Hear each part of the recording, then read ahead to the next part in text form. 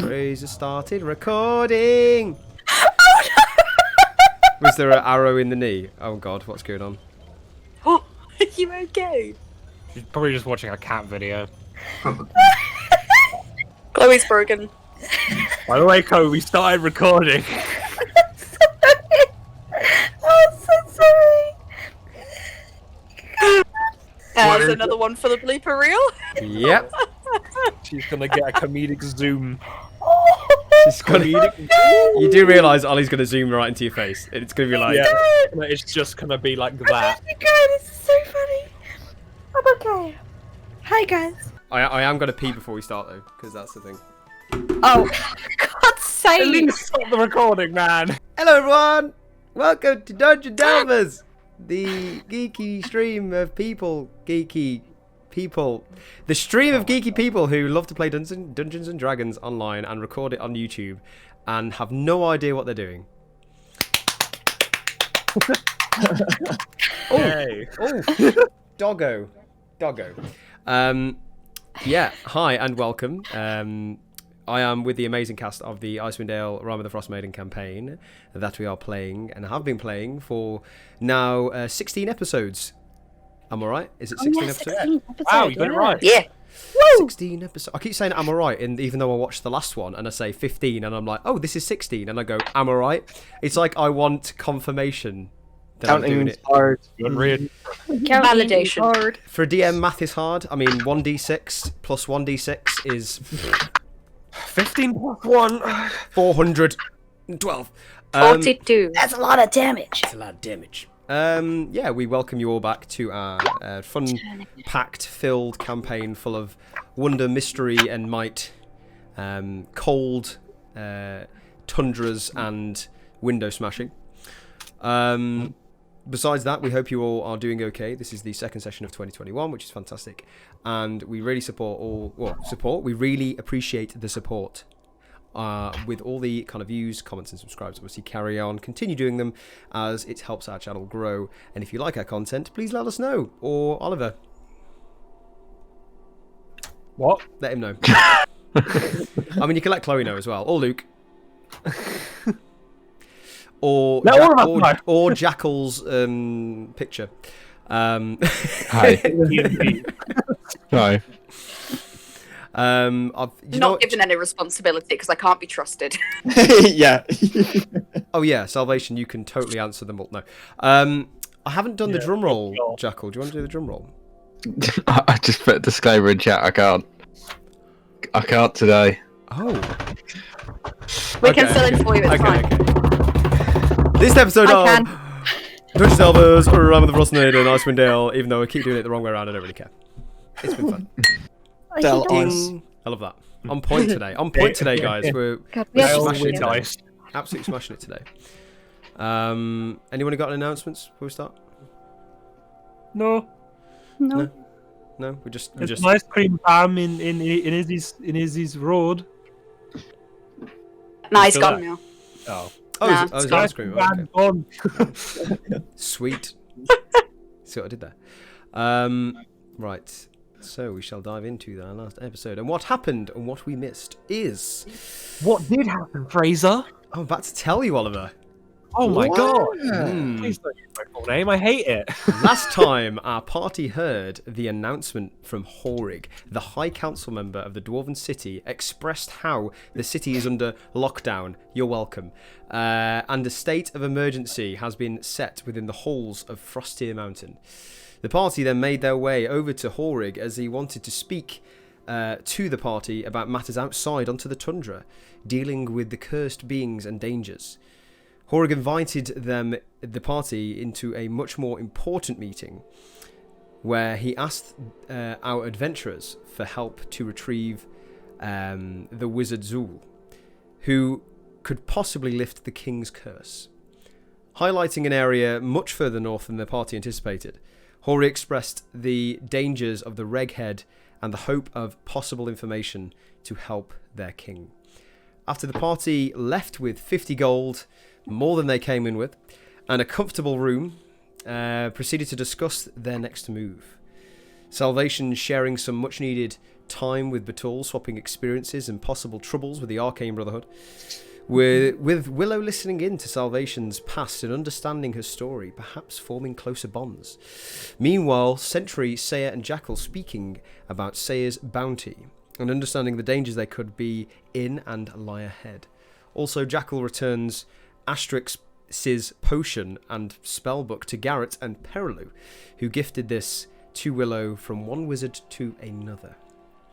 Spending the rest of the time winding down and discussing what lies ahead, they bed down, one by one, cozy, in their new rooms. Now, our party has some choices to make, but what will they do? Find out this episode. I will open it up to you guys have finished a long rest. You awake in the new chamber, a circular chamber, a domed chamber, with nooks in the wall, and you have found your accommodating spots, keeping yourself comfortable within this chamber, with the fire crackling on in the middle, with Jackal's homemade partition in front of his chamber. But you all find yourself waking bright and early to the knock on a door. What do you do? Boot I up and go think- towards it. Yeah, I think the first protocol was actually get some clothes on and, make ourselves presentable. I'm just We assume the PG-13 of this movie normally responds in the fact that you sleep in clothes. And we will say, if needed, there are chambers of accommodation for changing and little nooks with curtains. You can change if you wish. Who is closest to the door? That's completely up to you. Well, how close I would is the assume it wouldn't be table Sentry. to the door? Because me and Sentry, I probably would have fallen asleep at the table, no doubt. That's That fine. wasn't in the room, was it? So how close is it from the So, table to the door? There are 8 nooks in this dome, 4 on each side. The door to the first nook is about 5 feet, so it's very, very close. The rest kind of are scattered around with 5 foot by 5 foot kind of radius all the way to the back. But I'm assuming we find Willow moaning and growling and dribbling on some paper with some Zs and some animations going up. And this knock on the door startles you awake, I would say, Willow. And you are up, paper stuck to your face, and Sentry just staring at you opposite. Great. Not knowing if he's awake or asleep. You don't really know how he works yet. I'll go open the door. Okay.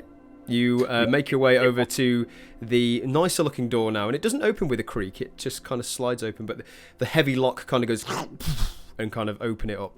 And before you is the much younger dwarf you were presented with when entering this chamber, and it is one of the helpers or slaves of the king. And you can see this by the robes. He's got a chirpy red face and kind of like spiky blackish hair at this point. It's like more like messy but spiky at the same time. It's like just like bed hair, if you were. Kind of looks at you and goes, "Morning all, I assumed you slept well. Yeah, slept pretty well. This is your wake-up call. I've been told to get you bright and early so we can make a start, apparently. Do you require any food to your chambers?" Breakfast would be great for all of us. Hey, we can accommodate for breakfast. How many have we got in here? He kind of looks around. Is Athena in here as well? Is everyone awake? Is it just me, or is everyone awake? Everyone's kind of waking up at the same time, and Athena would be nuzzled by Jackal's nook, so everyone is in. Okay. Just for all of us except Big Metal Guy here. Do you need anything? Do you want anything? Oh, are you pointing over to me? Yeah. No, you see that the lights will just go a little bit brighter icy blue.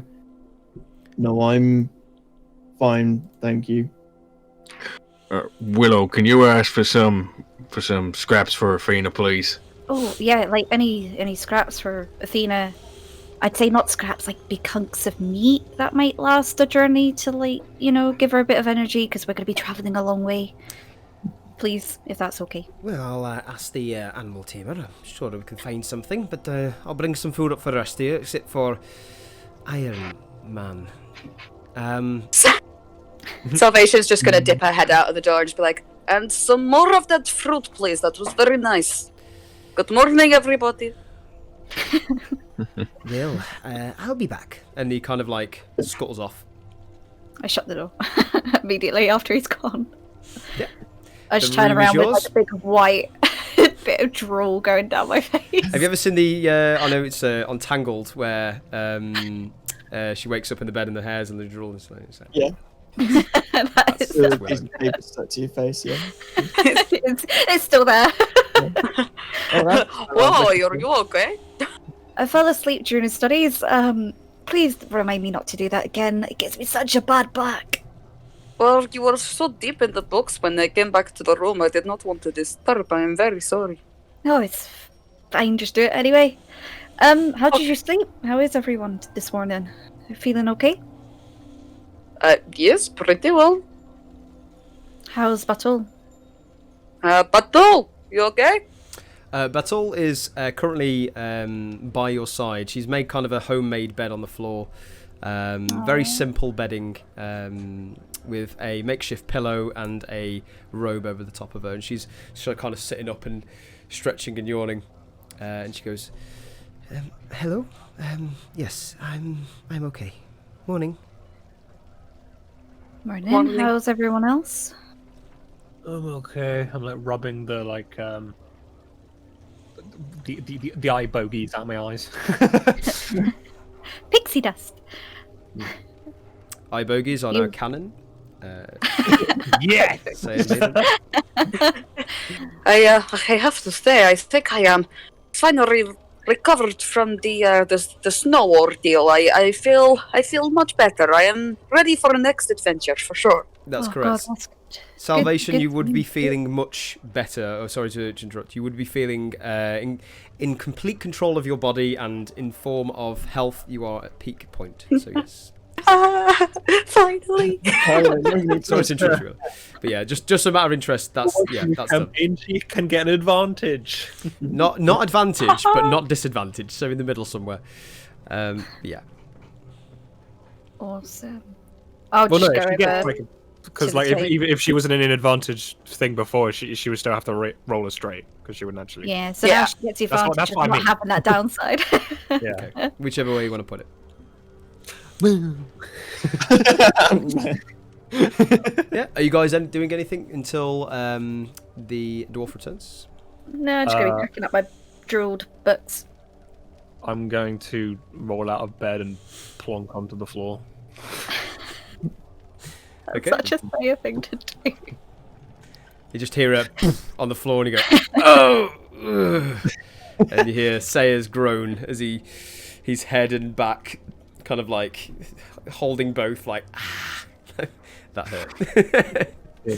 And these stone hard floors, marbled and cobbled with Oh, they're different... stone. Oh, I thought it was Yeah. like wood. No, these are like intricately delicate floor tiles and shapes, so it's a mixture of both. Oh, okay. I'll get up and since I put the fox pelt that I had around my waist on my pillow, I'm gonna just like shake it off and wrap it around my waist again. Okay. I'm going to have a look at the shackle and 1.6 meter of chain, and I'm going to see if there's a way to get the chain either to be shorter or not have the chain anymore but still have the shackles. Okay, so you're trying to sorry, say that again. You're trying to what are you trying to do to the chain? One more time. Either shorten the amount of chain Okay. so that it's not as so long, or remove the chain from the shackles. Okay. How are you doing this? Or how do you want to do it? I don't know. I'm gonna look at it. Okay. Can I do it? First off, make a intelligence check for me, just to see how that would work. Sure. Just fucking snap it. 7. 7, you kind of look around and you can see the chain now is attached to this. It is a linked chain, very, very well crafted. And you'd assume that this has been used a few times due to the scratches and marks on it. And you can see the lock and where you opened it before. And the way it's kind of welded on, it's not going to be an easy job to shorten or manipulate this chain. Cool. That's fine then. It can be done, but with what you've got, probably not. With tools, yeah, that's fine. Cool. That is what I wanted to know. Just put that back in the compartment on my waist. Okay. And put all the chain back in as well. Just yeah, and it's kind of making this horrible noise at this point for everyone who's just waking up. It's like dig dig dig dig dig dig dig dig. Metal on metal. Yeah. And with no time at all, you hear another knock on the door. I'll go. Yeah. So you walk over to the door. Star Open it. wants that fruit. And in front of you isn't the slave that once answered the door. It is a very familiar, long-bearded, horned-to-the-ear dwarf, Gizzard, who looks up to you and goes, "Morning all, how are we doing?" Morning, Gizzard. We are doing okay. Can we help you? I'm just checking in with you, just to make sure you're okay. Just to let you know, Garrett's ready to go. He's packed his things, and Perilou's going to stay with us for the meantime. She's got a few things she'd like to do, but if you could get Garrett on your way out, I'm assuming you're leaving, then that would be great. He sends his best, I think. He said, wake them up. That's what he said, yes. See. Well, we are just waiting for some breakfast, and then we will be right out to get them. What was that, Willow? Oh no, I was about to say the same thing actually. I was hoping that was the fruit by now, but he kind of waves at you. Get some food. He waves at you, and in no time, obviously, before the wave, you just see this little trolley, kind of wooden trolley behind, kind of like wheeling, with this much shorter dwarf, and it kind of wheels it all in, bumps it on the door on the way in. Some fruit falls out, kind of jumps on the top, and you can see on this trolley are all sorts of fruits, such as oranges and grapes and some really nice citrus fruits, but there's also some dried meats and you'd assume possibly some vegetables and things. Just a kind of an array of foods. And this is not what you've seen so far within the canteen. What you've had in the canteen is scraps and scrapes, whereas this is more of a royal meal compared to anything you've seen. And it is quite hefty in its state, so it's quite big. Salvation's eyes just so wide as she starts like. Say it's going to dash at those dried meats. Okay. And he goes back out, and as you do that, you can obviously grab the meats, but he then brings in this kind of like bag, and on the bag is kind of like it's like a tarp bag, and you can see just out of it is kind of like stains of blood, and he kind of brings it in, kind of like shuffling it like that, and he goes, "And this is for your cat. You're lucky with I think there's 3 rabbits in there." It's very kind of you. Thank you very much. Athena, here, come eat up. She kind of like, her ears go up and goes immediately over to the bag. I'll just straight cut it open with my sword to let the rabbits spill out and let her tuck in. And she kind of just like does the kind of like, she grabs it in her mouth and kind of like rugs it around and kind of like pulls bits off. It's not a great sight, and especially in this time in the morning, but she's happy. Good girl. What are the rest of you doing? You just grabbing the foods? Yeah, I'm just gonna grab all the fruit I can and just munch on it until everyone's ready to leave. Yeah. Gizzard, has Garrett had some food before we head out? It's gonna be a long journey back. Hey, we shared a meal last night and this morning, and we've been sharing tales since. And he's fine. Me and him are caught up, let's say. He's still in a bit of distress from Asterix, but nevertheless, he is ready to go. Well, just let him know that soon he'll be back home with his husband, and he'll be nice and cozy. Aye, and hopefully when this place is now open again, we can welcome Keegan back in. But for now, you are the only people that are exiting. And then we've had some civilians try and leave, but as the gatekeeper, I cannot let them. That reminds me, I need to go. And he runs off. Gizzard, where can we find Garrett? He kind of like stops just there, pokes his head back and goes, "He's by the door!" And he runs back. I guess we eat quickly and gather our things and go get him and head off then. Sounds good. Okay. So you all make your way down the stairs in the hall where your accommodation. You kind of leave. The door closes after you, and you've eaten all the fruits and things. And this table's bare from what it was. There's pretty much nothing left on it, especially to accommodate all of you and Athena. Are you guys doing anything as you leave the room? No, just Packing your stuff and going? Putting on my winter clothes. Thank you. I was gonna wait till we got to the door, but yes. As we're on the way to the door, just... shoving it all on, yeah. And as you make your way down, you can now see kind of like where the courtyard is. But the normal hustle and bustle isn't there. It's almost like mobs of individual groups. And not so much mobs, just like groups of, like, there's unsettled voices. And as you make your way down into the actual room itself, and you can see now, obviously, the well-lit long hall with those great pillars, the kind of sides where you started, where you rested the first night with the refugee area, the canteen, and you can see these kind of unsettled voices and people who are not so much happy about the lock-in. And you can hear, as you walk down and past a few dwarves, you can hear, "When will this end? When will we get out? I need to go, I need to get somewhere." And you can hear all these kind of uncertain voices as you go out. And you make your way towards a door, and the group closest to the door is going, "Where are they going? How can they go out? Why can't we go out?" And you can, the kind of crowd stirs up a little bit as you kind of make your way towards the door. Hearing that, I pop my hood up with the mask and try and lay low.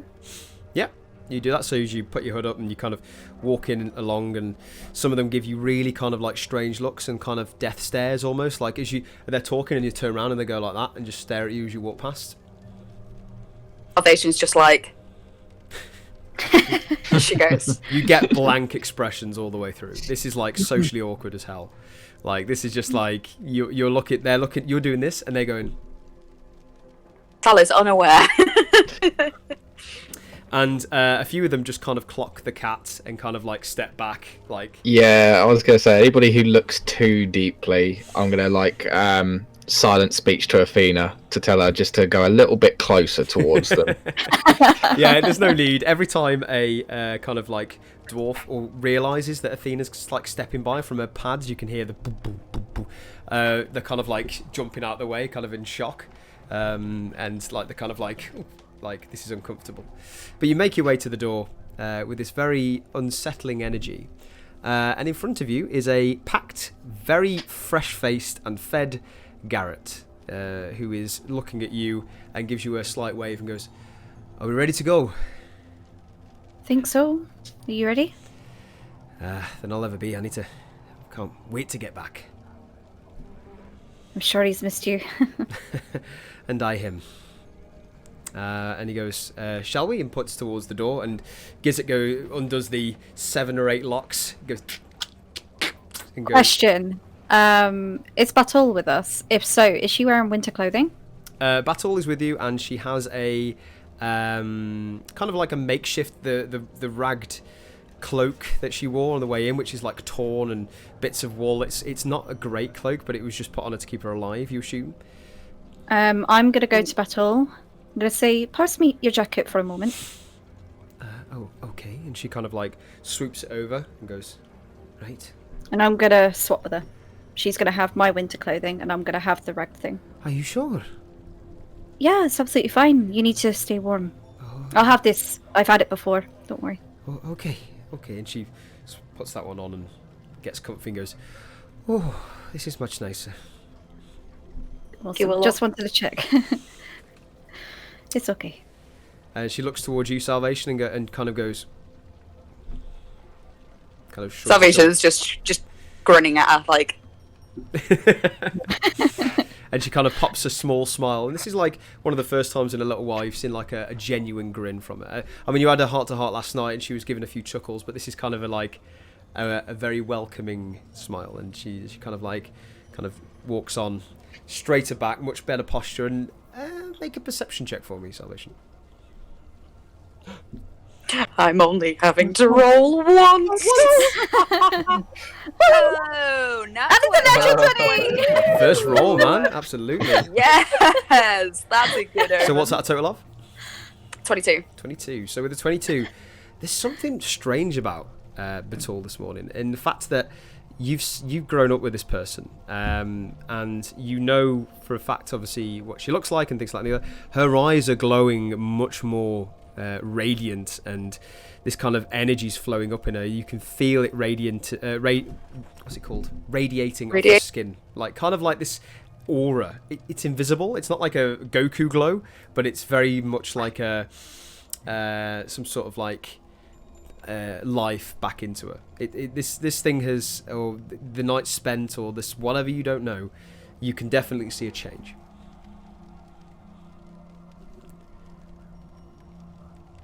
I keep that for now. And with a 22, I'm going to give you this because you rolled so high.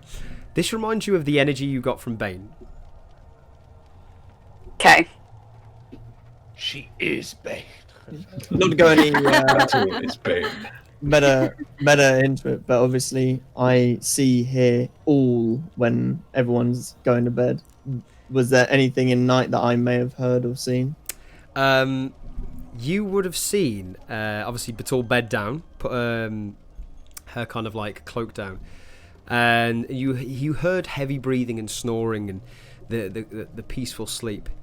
But you swore in the night you heard very faint,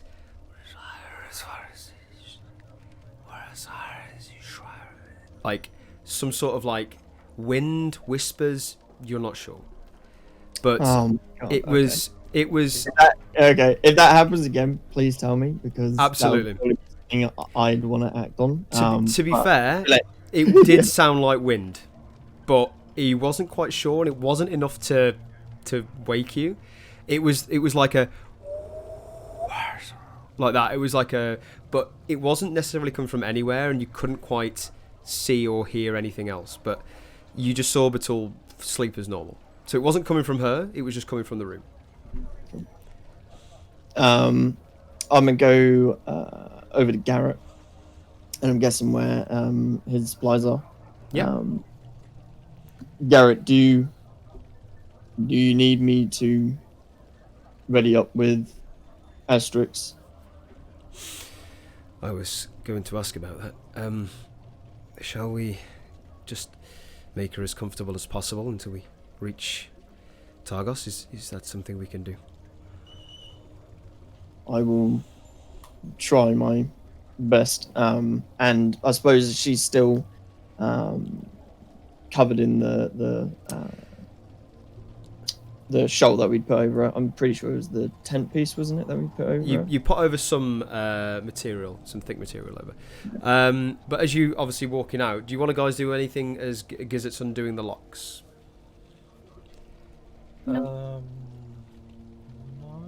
Kill everyone! Throw everyone through windows, all of them. As Gizzard is undoing the locks, the noise in the crowds are getting a bit more dramatic, and to the point of where you kind of like hear the last three locks undo, very familiar to you. So, and he grabs the last one, and you hear a ding ding ding ding ding ding, and these bells kind of like ring out, and you can clearly see from the back now a marching order of these town Matilla or guard kind of go around as these riots and these noises are becoming louder and louder as you're being allowed to leave. And as you pass the last kind of like section where the few smaller mobs are, they kind of form a line to keep you away from them. And this bell was rang by, and Jackal, you would see this, the guard you were speaking to on the way in. a bell as the door opens. It's like a big bell coming from the back of the room. It's not like a small dinner bell. It's like a dung dung dung dung, like a big gong kind of thing. Yeah. And you can see this as they were stirring. You could hear the stirring up. They can see they're giving you safe passage out. And they kind of like hold back. And as this happens, you hear shouting and screaming and throwing of like materials towards you. Some smaller fights break out between the dwarves, and you can see this place isn't in a great state right now. We need to move quickly. Let's get out of here before we cause too much of a fuss. And you turn around, and Gizzard kind of like goes, right, you need to get out now. This is getting a bit hairy. Come on, let's go. Yep. Salvation's going to say to Gizzard as they're heading out. We hope to bring back good news soon. Farewell. Let's do that with a run, eh? And he kind of like pushes you on. And Garrett kind of like looks back towards Gizzard and goes, thank you so much. And then kind of like puts his hood up and kind of walks out as the wind kind of like familiar Tundra, which you haven't seen in it. Well, it feels like ages, but you've seen yesterday. But you feel like this is now obviously the uncomfortable frozen blizzards. Once more. We're in a blizzard. You are indeed. Immediately, as walking into the Tourmaline. blizzard, do what we normally do, tie ourselves up together. Yeah, I was just about to say that. It was literally just... Yeah. Jack on out, Athena.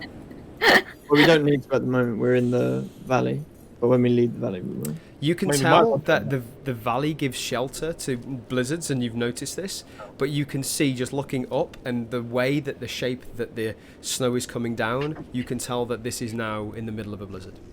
No. Well, either now or when we get to the point where we're going to be in it, we're going to be tying ourselves up with the ropes so that we're all together. And as you all make your way out and kind of the door just about closes, what's your marching order as you go out? Just so I know.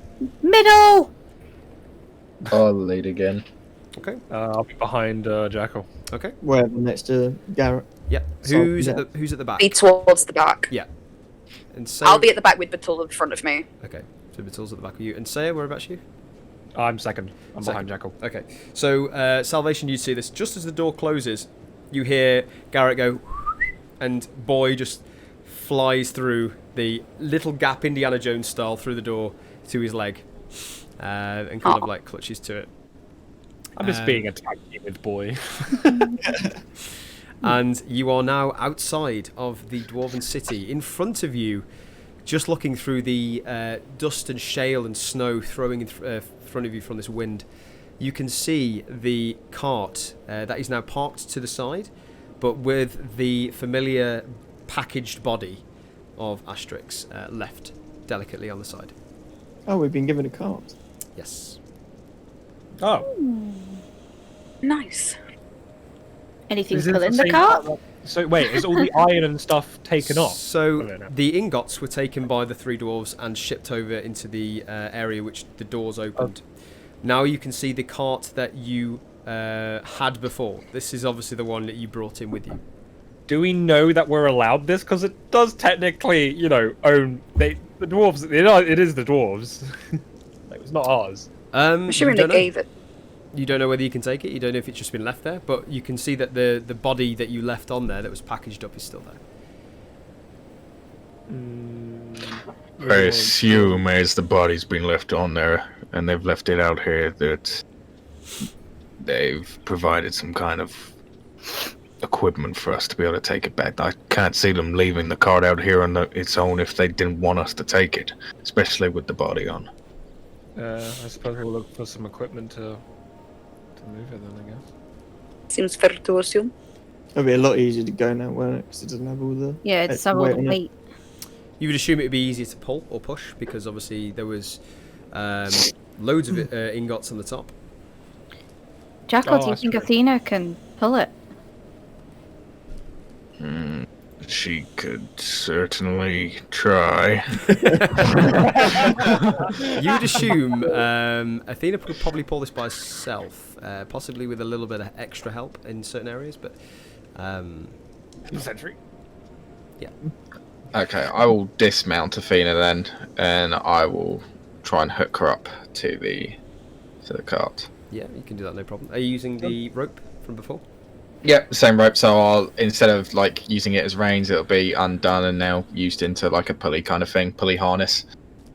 I got a question on the cart. Is the cart, is it like sheltered? Like, has it got like tarp over it, or is it like an open, just like a trailer?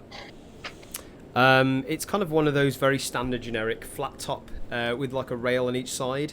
Kind of like a small, you'd assume, seating area, which was then patched over with obviously the ingots. But you can see that it's got 2 prongs sticking out of it with large wooden wheels with iron wrapped around the edges. Skyrim entrance cart. Yeah, I was just about to Skyrim entrance say. Oh, you're finally awake. Oh, you're finally awake. You're Okay, finally I just wanted to know awake. if it had like a roof in case it was like any kind of shelter or anything. It's kind of the main reason I wanted to know. Whoa. Oh, you're finally awake. Skyrim belongs to the Nords. The Empire has taken over. Right. So yeah, you can see that quite clearly is parked up. Just so as you make your way down the stairs that you saw to the entrance, you turn the corner. It is just in the nook between the corner of the edge of the cliff of this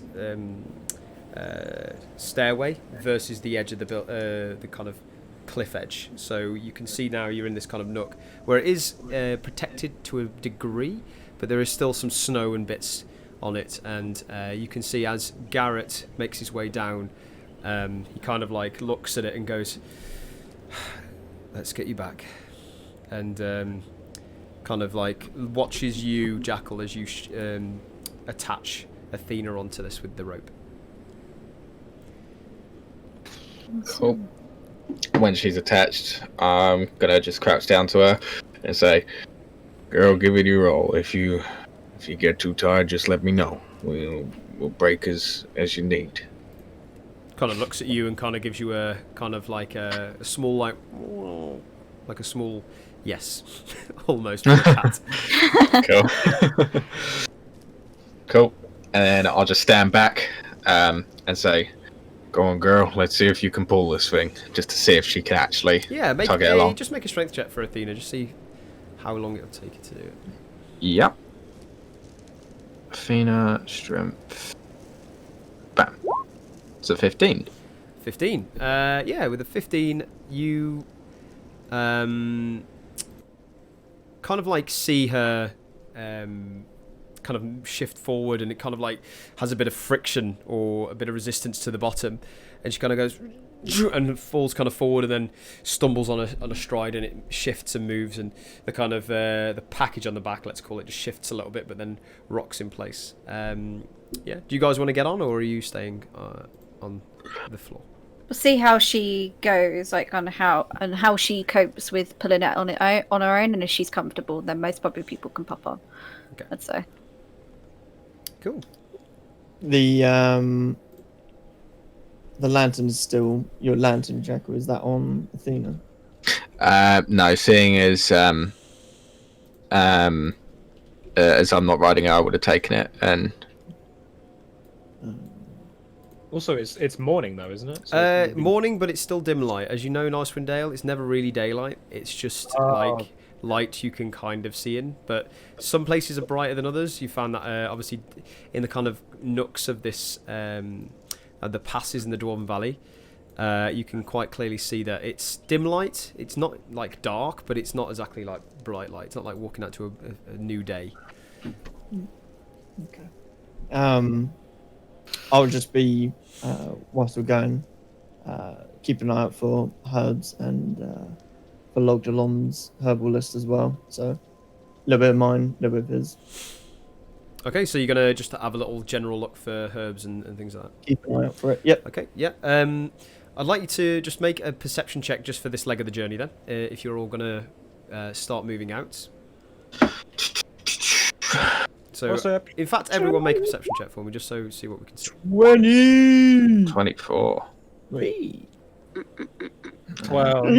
3. 15. I see 23. nothing. Okay, cool.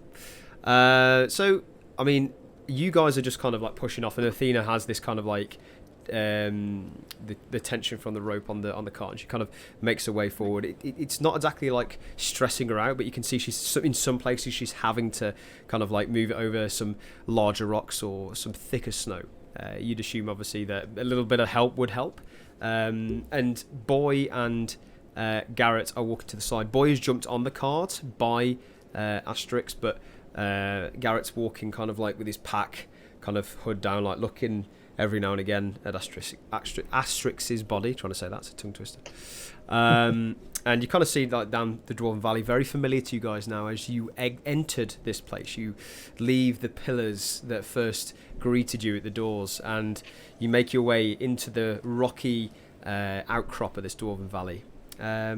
Sentry, you do find some scarce bits of vegetation just on the outskirts of the Dwarven Valley, and we're talking very strange purple blue winter flowers, and they are in the nook of this kind of like smaller hole in one of the walls, and you pass it and you kind of identify that this is possibly something that Lugdalum is looking for.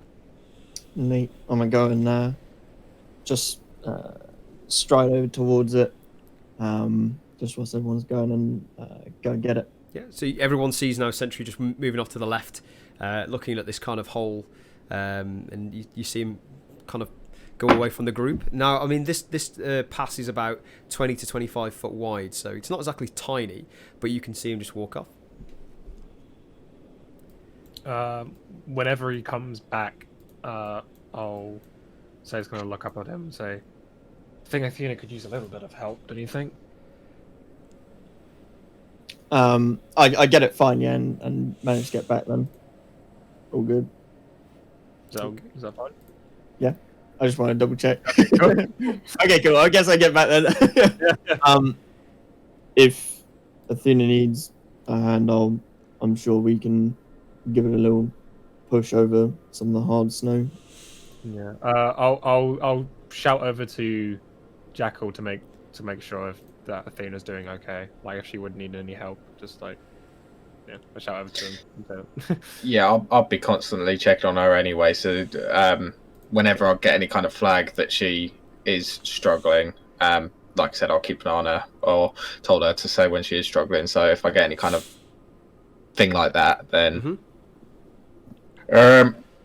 she hasn't said anything yet, Saya, but I did let her know as soon as she does, then I'm sure she'll be massively appreciative of that. But any helping hand along the way is gonna make her get tired less quickly.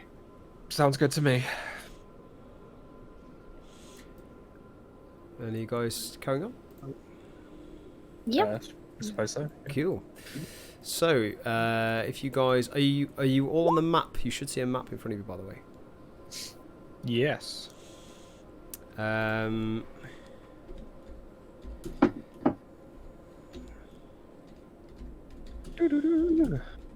we're going to Tourmaline, right? So,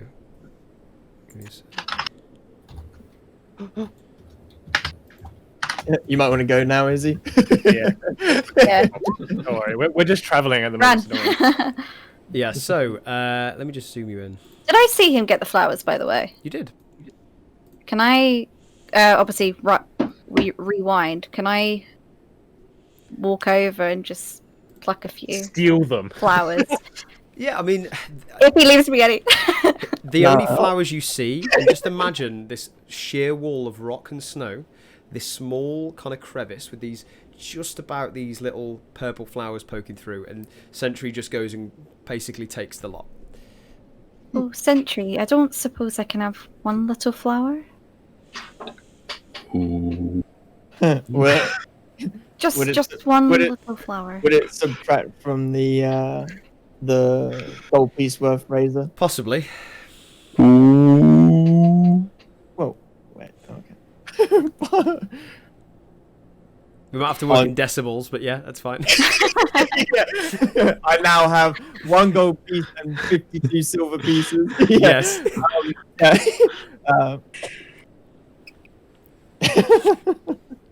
How would you put it? Ooh. I'm I'm just sitting there like, Sorry, Willow. This is a mission that Lodalom passed over to me. These are quite important, I believe. If I find any... She's already walked off.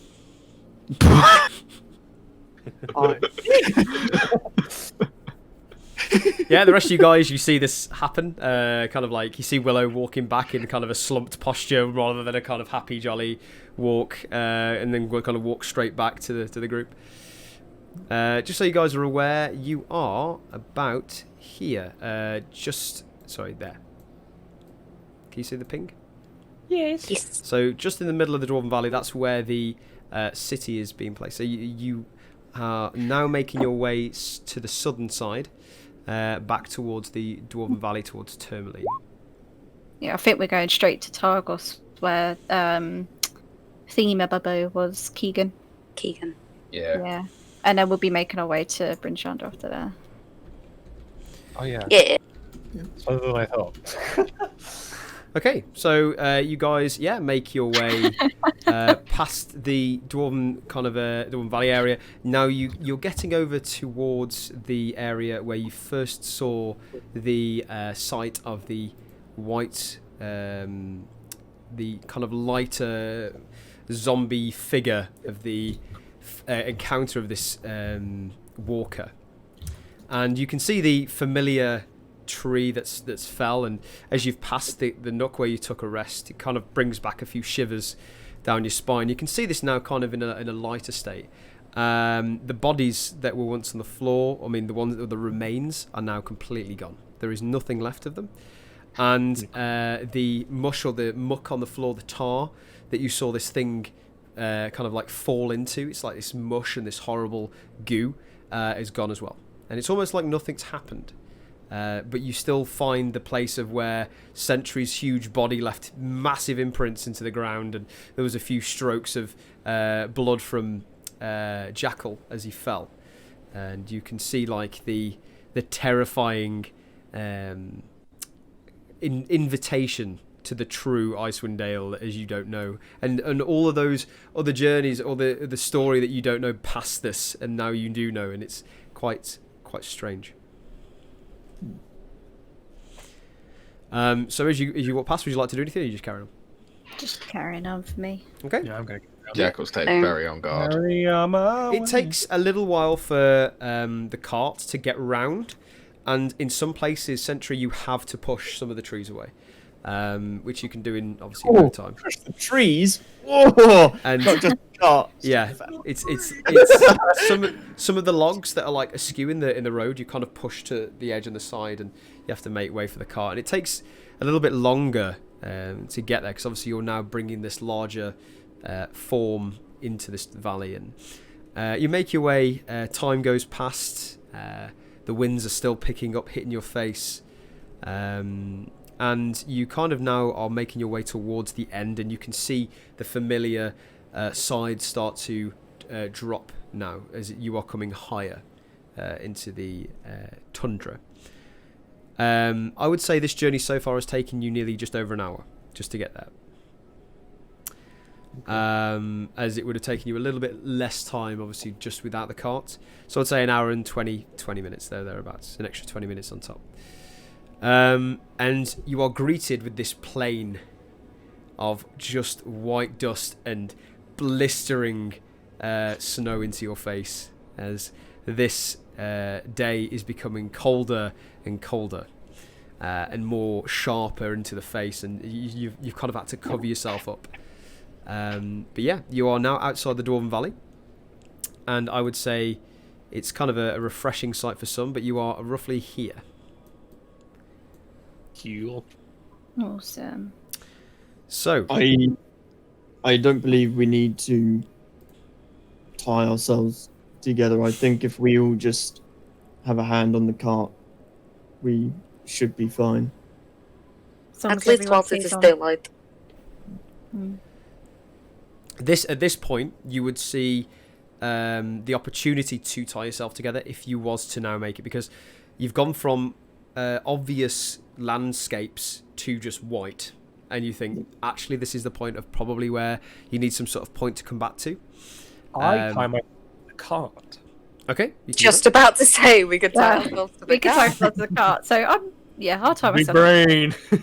Yeah. I can make a little knot and just kind of it to the Do I have side. right? Garrett kind I of do. comes up to you and goes, "That's a good idea, tying yourself. We used to do that back years ago when we did not know the landscape. I mean, it's only natural. But it's good. Don't want to get lost. I bet you're good. You're glad you've got me on your side. I know this place inside and out. Definitely helpful. I'll tie me and Batul to the cart. Okay, you can do that, no problem. You can find like kind of an edge or maybe it's got sorts of rings and hooks and things where it's had packages and parcels on, so you can easily find yourself a kind of loop to tie around. And kind of like Garrett kind of goes, "Okay, just wait here just a second," and he kind of like looks over and kind of like looks at the ground and kind of like looks at the wind and kind of like thinks in his mind. You can see him thinking, and then he goes back and goes, "I believe if we go this way, it's quicker back to the main trail. Would you like to? Is this where we're going?" And he points towards pretty much where you come from.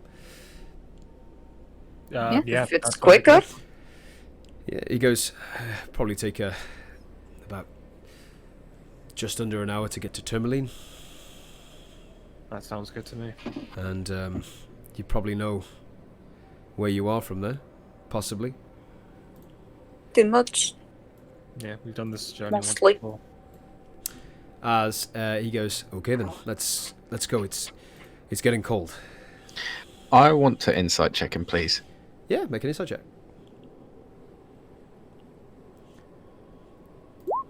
15. It's been truthful. As much as you can see, there's no hesitancy or lie or kind of like sly in his cheek or facial features are changing. He's being forward. Cool. Yep, Jack will just remain alert, remain silent, keep going. Well, let's make haste and get you back to Keegan as soon as possible. That's what's got me through the last few days.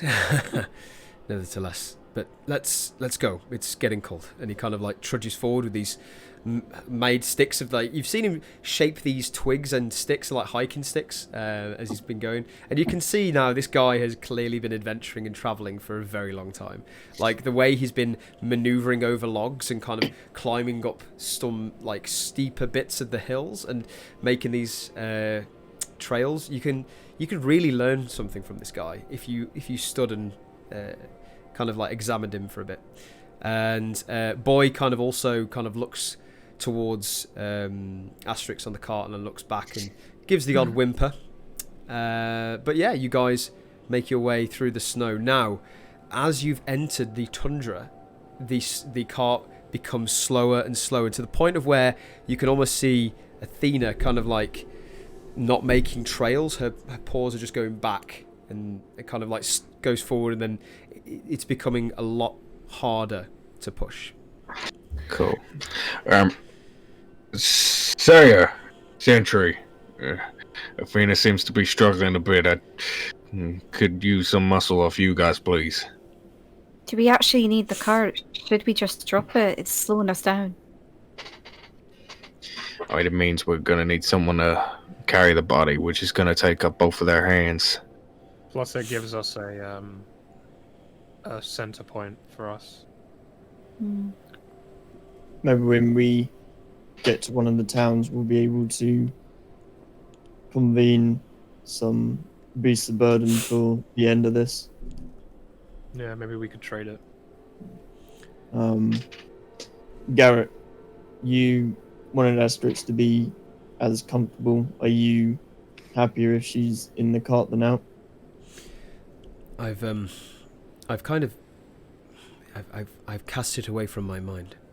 I feel like I'm going to deal with it when I get to Keegan, but I would rather her be comfortable, but it doesn't necessarily need to be on the cart if it's slowing us down.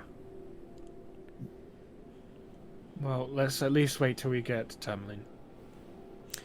Perhaps there's a new means of travel there. I don't know. I don't know what's been going on in Tourmaline. Let's Right. continue with it then to the Tourmaline. Well, yeah, I'm gonna stop. I'm gonna help push.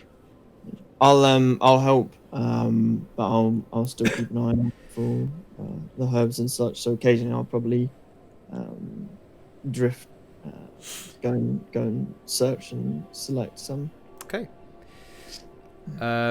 So what's going on with the? Sorry, what did you say you're going to do with the body? Just so I know. Keep it on the cart. Keep it on the cart. And is anybody else pushing it? Just so I know.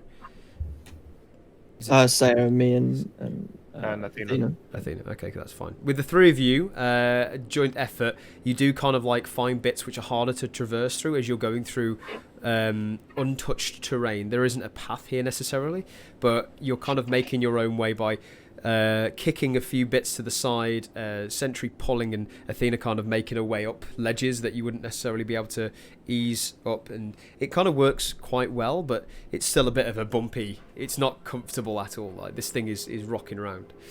But with Garrett's help, you do manage to find a familiar kind of sight of these trees and an edge of rock and cliff, and it's been about 30 minutes, 35 minutes, and you're starting to see familiar territory without the outskirts of Tourmaline through this very harsh kind of like dust and shale and snow through this blizzard. At this point, you turn around and Garrett turns around to you and turns to you and goes, right, Tourmaline's that way, or we can continue to Targos, which is probably the longest into the journey. We'll stop off at Tourmaline first, I think. If anyone has any objections. Well, I'd really like to get back to Keegan before nightfall. Do we need to stop off at Tourmaline? I don't need to. anything. Oh, okay. I thought we were going to stop off because of the cart. Actually, if we can go to Tourmaline, that would be good. We have some gems to collect. But let's not waste time and go there now, get what we need and go, because otherwise we're going to be wasting whatever light we have. Yeah, just so you know, and with your keen mind, Willow, you know it's sunset in 2 hours. Okay. Just the journey to Tourmaline is that. I will convey that to the Sorry, party. to Targos, not Tourmaline. Targos, okay. I'll convey that to the party. As long as we don't stop for too long, then we only lose little bit of daylight. Only like last bit of journey will be dark, so that's not too bad. But as long as we're, in and out. The journey as well, Fraser. Yes. Obviously, it's a lot quicker because Garrett's leading us. Yes. And I just want to check what's the total time? Only because my herbalism kit I got, it's like a certain time frame, and then I can collect a certain amount from travels. And So where do you want the time to? Sorry, just sort of. From Dwarven Valley to Tourmaline, because I think last time we asked, you said it was like 6 hours, but with Garrett, I'm guessing it would be a lot shorter. Yeah, with the route to the valley, you kind of got lost and made a long way round. You have completely cut that time down to about just under 2 hours ish, and you are safely pretty much on the path, and the path is quicker as well. So when it comes to traversing on the paths or the well-known trails, you don't have to go over any rocks or lumps or bumps in the road, and you've gone through this kind of passage that you didn't think of before, and it's taken you out a huge shortcut to where you need to be. Cool. I think last time when you started going to the Dwarven Valley, you all put yourself in a line and you made some iffy rolls, so you did take almost twice as long to get to where you needed to go. Go down.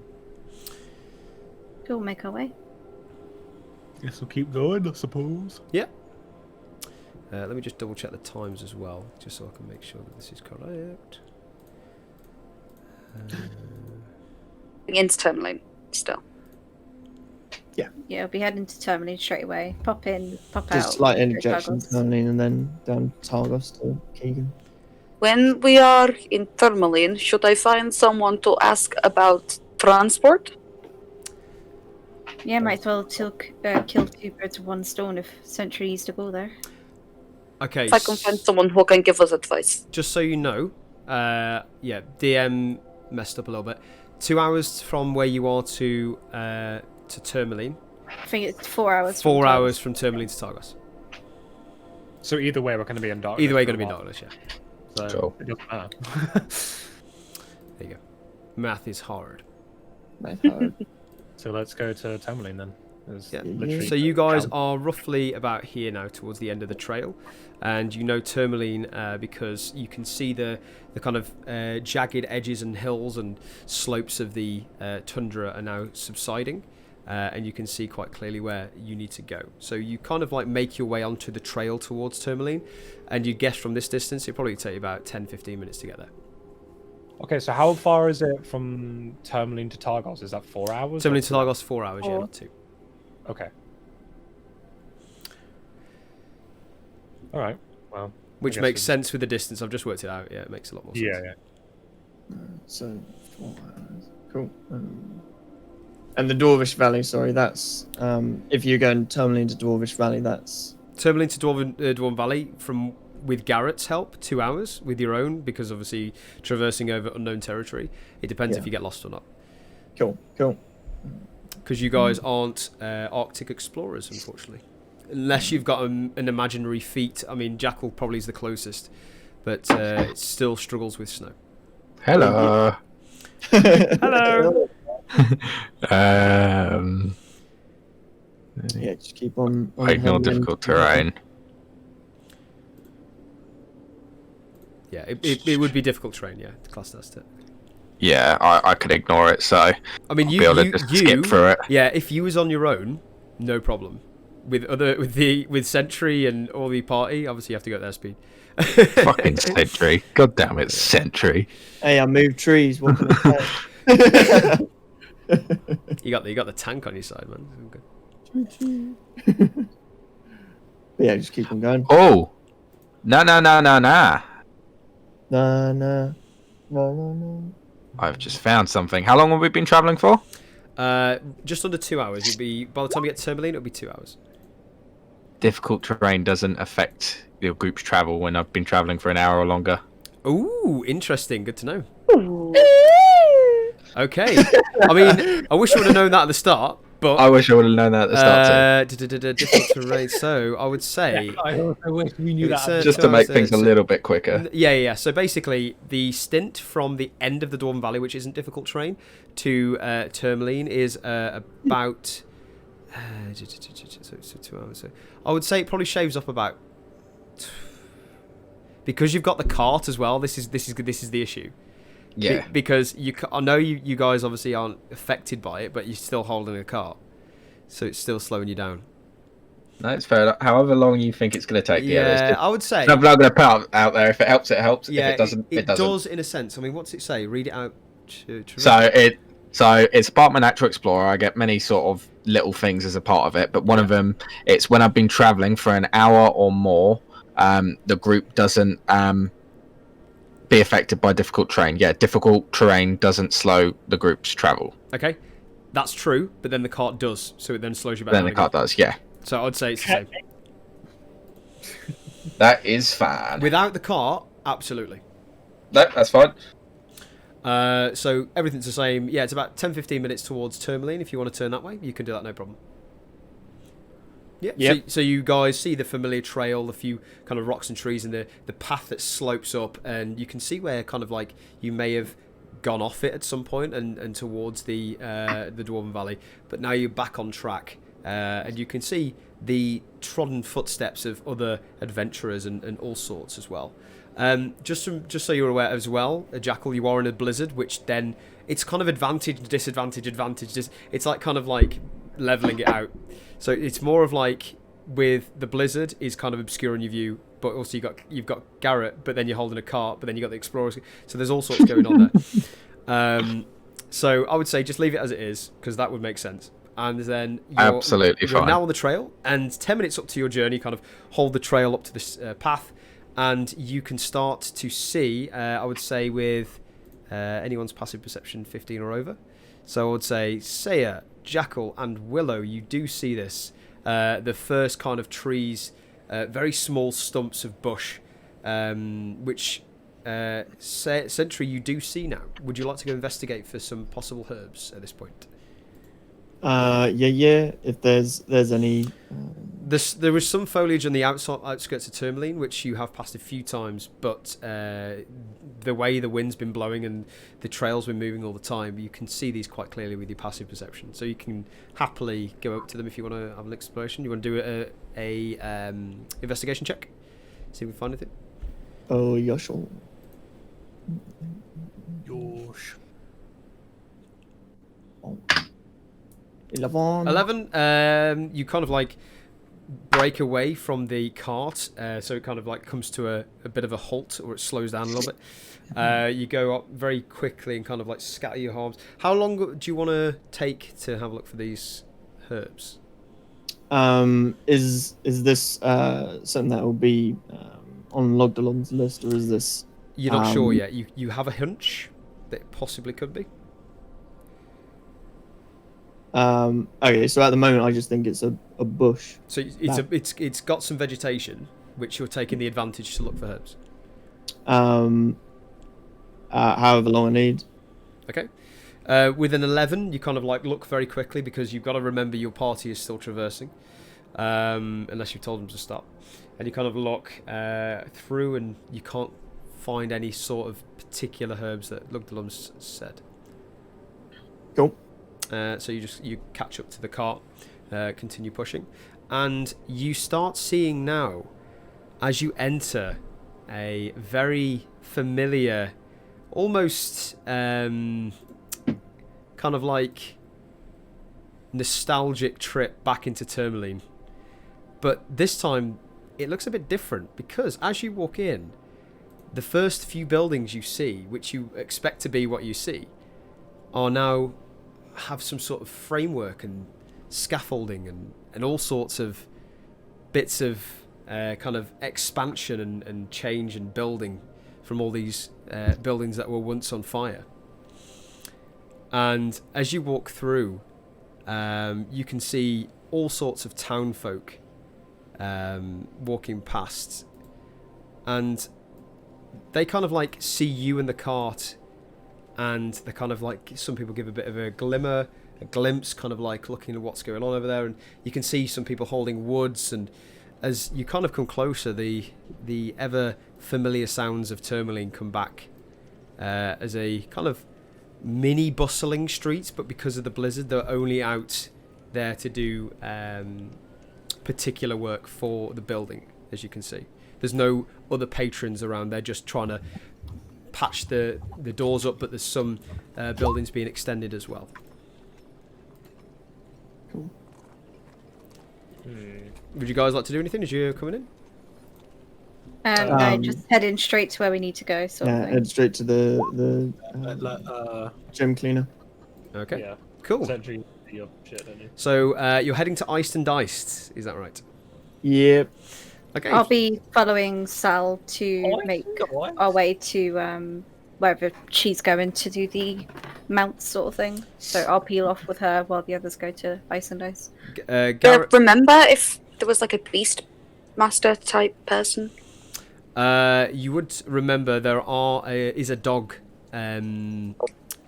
sled and dog hiring booth almost. It's like a centre, almost like a small kind of like hut where they keep the dogs and sleds, which you've seen come in and out.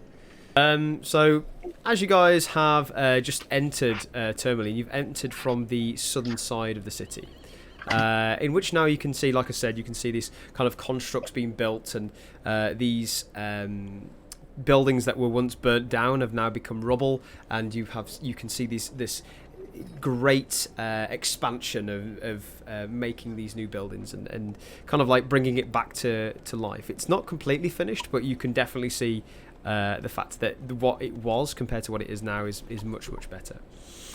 And Garrett kind of looks towards you and says, if it's all right with you, I'll wait here because we need to move on quickly.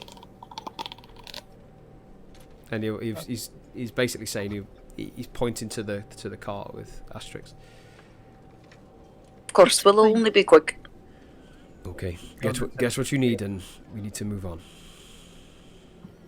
And I'll just head straight to Iced and Diced. Yeah, so as we kind of like pan over Sentry, kind of walking his way, kind of third-person game style now, moving around through Tourmaline. What are the rest of you guys doing? Well, I'll be heading straight over to the dog sled place. Dog sled place. Okay. Saya and Jackal, what are you up to? Or are you just waiting with Garrett? I suppose we'll just be like chatting. Okay. So you're gonna wait with Garrett with the cart. Yeah. Okay. Yeah, you can do that. No problem. So he kind of waits by you and kind of goes, "I hope they'll be back soon." He says that to you, Sarah. Oh, I'll take Betul with us as well. Okay. Good to know. Oh, fair. As Sentry kind of we pan over and we see him kind of like walking through the town and seeing the familiar folk look at him and kind of in a strange way. Sentry, just a matter of interest, what are you wearing right now? I've got my usual external attire, the hardened outside. I've got my I never take it off. My winter fur. Yeah. All around. That's the only portion that would let in the ventilation. Okay.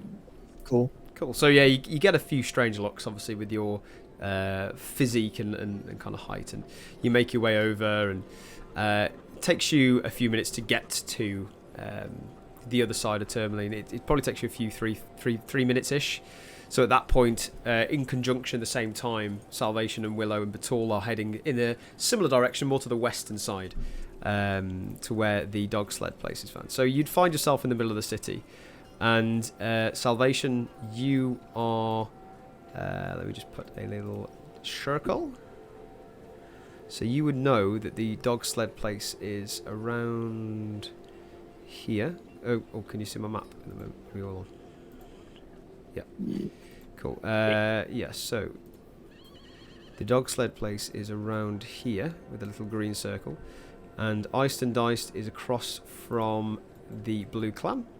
So you have to pretty much go over towards the Blue Clam, which is on the western side of the city, by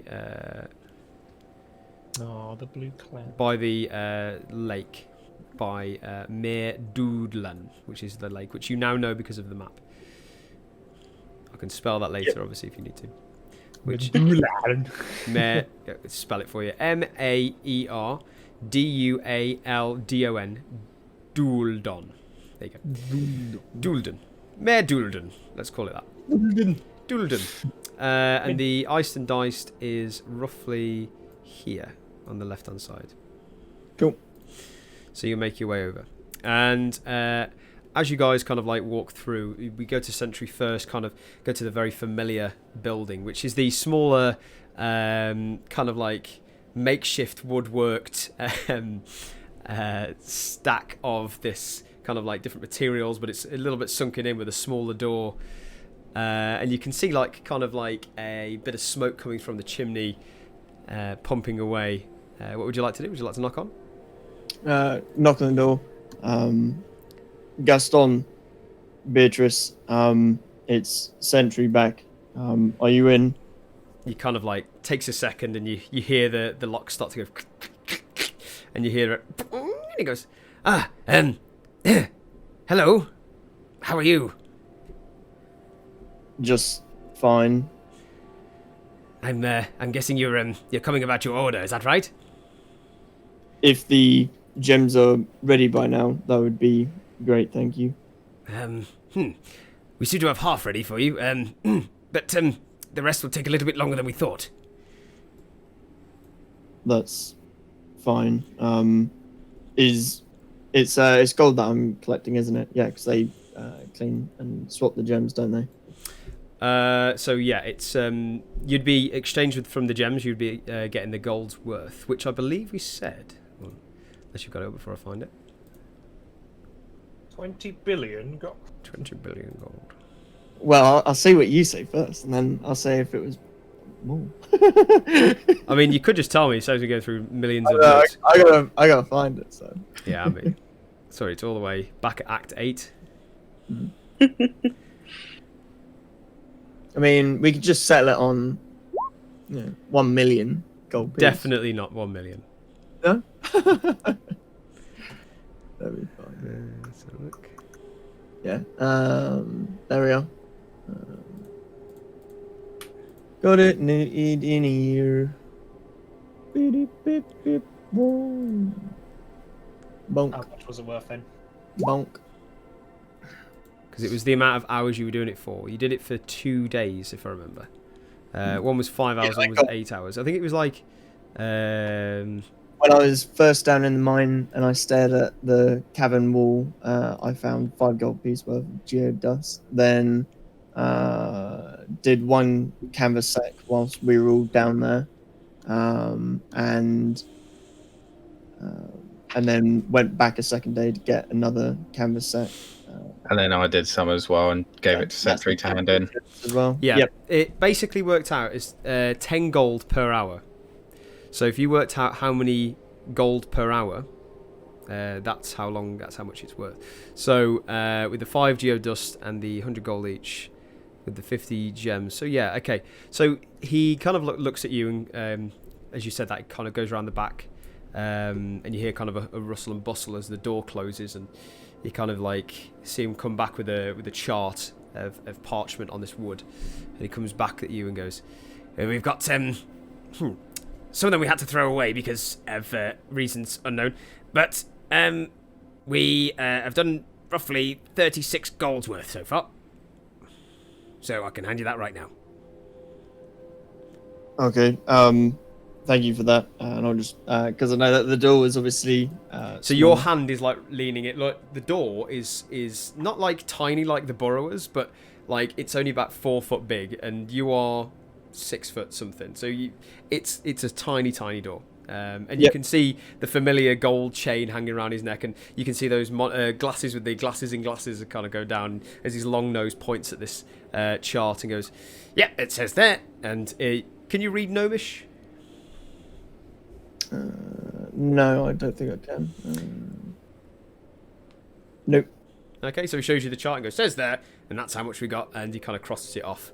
And he goes around the back, kind of like gets a bag out, and you can see this kind of like change coming out of this chest, and it opens and goes, grabs his hand in and goes, and starts counting. Would you like to do anything while he's counting? I just come back down and watch through and look around the room, just taking the scenery for it. Yeah, so, I mean, what you can see, you take a closer look now, and it's kind of like this humble little cottage made of, like, kind of timber, and it's a much cleaner floor than you left it when you threw in the bags full of kind of, like, polished ore and dust and kind of all sorts of bits on the floor. It's nicely swept. You can see kind of, like, all sorts of trinkets and all sorts of paintings and things on the walls that are quite delicate. Very royal presence to it, considering it's quite a rough and ready shop. But they've got nice little pieces on the wall, small lanterns on each corner, kind of a low lit, and a small door towards the back where you assume he does all his business, and a small counter on the front with various bits of paper laid out on, and a tanker as well. As he goes behind with the chest and kind of finishes off and puts it in a bag and goes, "There you go.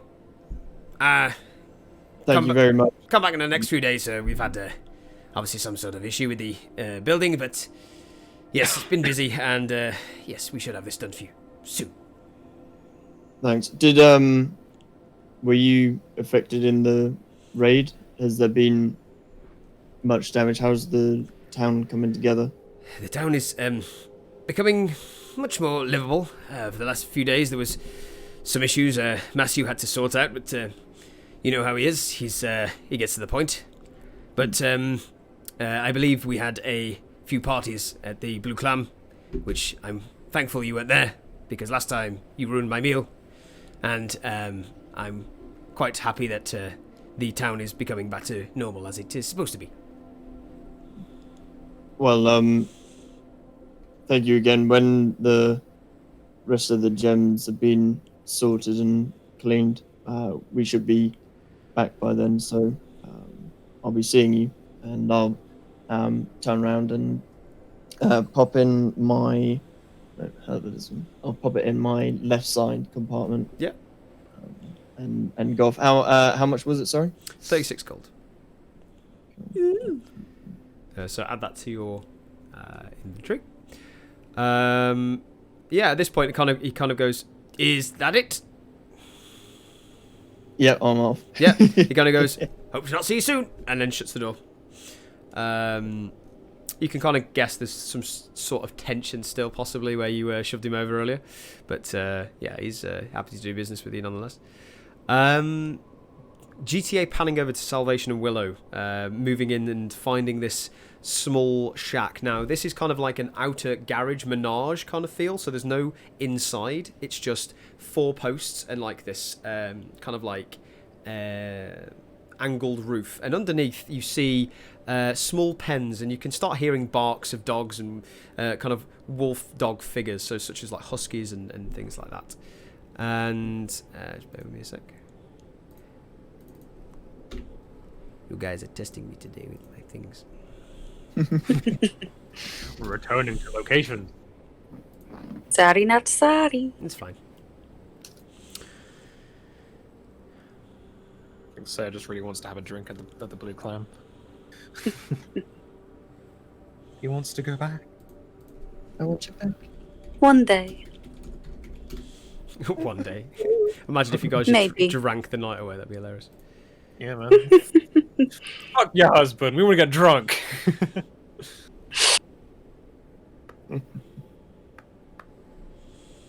Okay, so as you walk towards this outer menage of these smaller pens made of wood, and you can see kind of like through them, some of the dogs are like kind of like outside on collars, and some of them inside kind of like lying down or like kind of barking, and paws up on the side as you walk past them. And you have to go down this kind of like smaller pathway where you can see the almost like cages, but like little outlets. And as you see, sitting down is a human man, long black hair, black beard, kind of like nose very red and hood up, kind of like crossed-armed, cross-legged on the box in front of him. And he goes, "Hello there. What can I do you for?" Hello. We are going to be traveling through the Tundra for quite a while, and we are looking for some kind of transport. We have cart already, but there is quite a few of us, and some of us are quite large. So we were wondering if you could suggest either from you or another city what our best mode of transport through the Tundra would be. Well, as you've come to a sled shop, I'm assuming you want dog sleds. That'd probably be the best one to do. And he points around at the dogs. Okay, how much can the dog sleds carry? Can they carry people? And how much for wait, hold on. The one very big man. Jackal is okay. Then I just sat there trying to do the maths, and I 5 people? Well, as you can see, the dog sled is 1 driver passenger, and rest is for your goods, or luggage, or supplies. Okay. How much? How much? Yes, each. Good question. Sorry, out of character, how much money or how much weight? Just like how much gathering by money. It kind of looks over to you and goes, well, a normal sled just by itself costs you 20 gold, and each dog is 50 gold each. Oh my goodness. How many dogs to pull one sled? Well, if you want to do the maths, and he kind of gets a pencil down and writes on some parchment, he kind of brings it out and goes, well, if you're looking at it like this, how much you got to carry? Well, help. I am not good with numbers. So we got a halfling, we got myself. So basically, there is about 5, 6 of us, 7 pushing it. But one of the people that we are with is very heavy, so we kind of need something to pull a large cart. So how many dogs to take a large cart? So you want 7 dog sleds then? Plus 1 per person. And sleds? No. So, I mean, 1 person half mount. Could a group of dogs pull a cart with that many people on? So with it roughly 5? works out. A full cart, a full sled works out about £300. A single dog roughly pull about £360. So for that much weight, obviously you've got to remember that there's only one room for 1 driver, so you can't hold 7 of you on the sled. But could the dogs pull a cart instead of a sled? A cart? We basically have a large cart, and it's quite big, but we kind of need something to pull it. You need more of an axe beak for that, not a dog sled. Dogs can only pull things without wheels, I'm sure. Do you know where we can get one? Nearest axe beak, you're probably looking at Targos, probably Bryn Shander. Okay. You know where that is? Yep, we know where that is. Actually, heading there now, so that would be useful, actually. Right, well, I'm Ivan. Speak to Brian down at Targos, and he'll sort you out with an axe beak. I know him personally. Mention my name, might give you a discount. How's that? Sound like a good idea. What name was that, sorry? My name's Ivan. And he's my half-brother, Brian. Brian, I see. Yeah. Yes. Strange question. There was mention of some of the saviours of this town. Matches your description. Did you help save this place?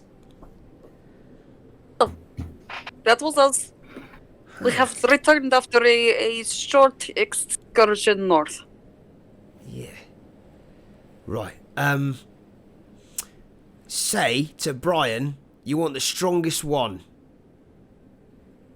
And he'll sort you out. Okay. He'll know what that means. That is very good to know. Thank you very much, sir. You have been very helpful. Okay. Cool. Mention my name as well. Should be sorted out for you, but hope to see you soon. You too. Have a lovely day. Kind of waves you off. Well. So, we are looking for Axebeak, not dogs. So... We did see a few pass by when we first came here, so probably our best way, but I personally think we should ditch the cart. We don't need it. It's just going to slow us down, and Athena's struggling, so nothing's on it but the body. So I think we'll be fine. Oh. It's just we'll have to get someone to carry the body. I think it's maybe Axebeak may be cheaper than dogs, because 50 gold piece per dog, but only 1 person per sled is a lot. I think what we're going to have to do is probably ditch the cart, make our way to Brinchander, get some axe beaks, and then make our way to the location to find this person. So, Willow, make a history check for me. Okay.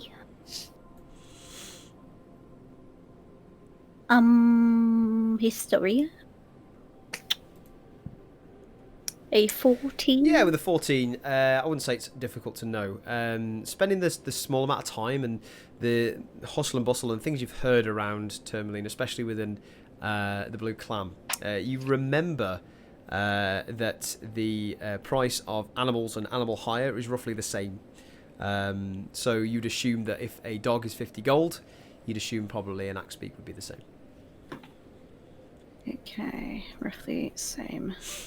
But instead of needing, 4 dogs per person, it'd only be 1 Axebeak per person.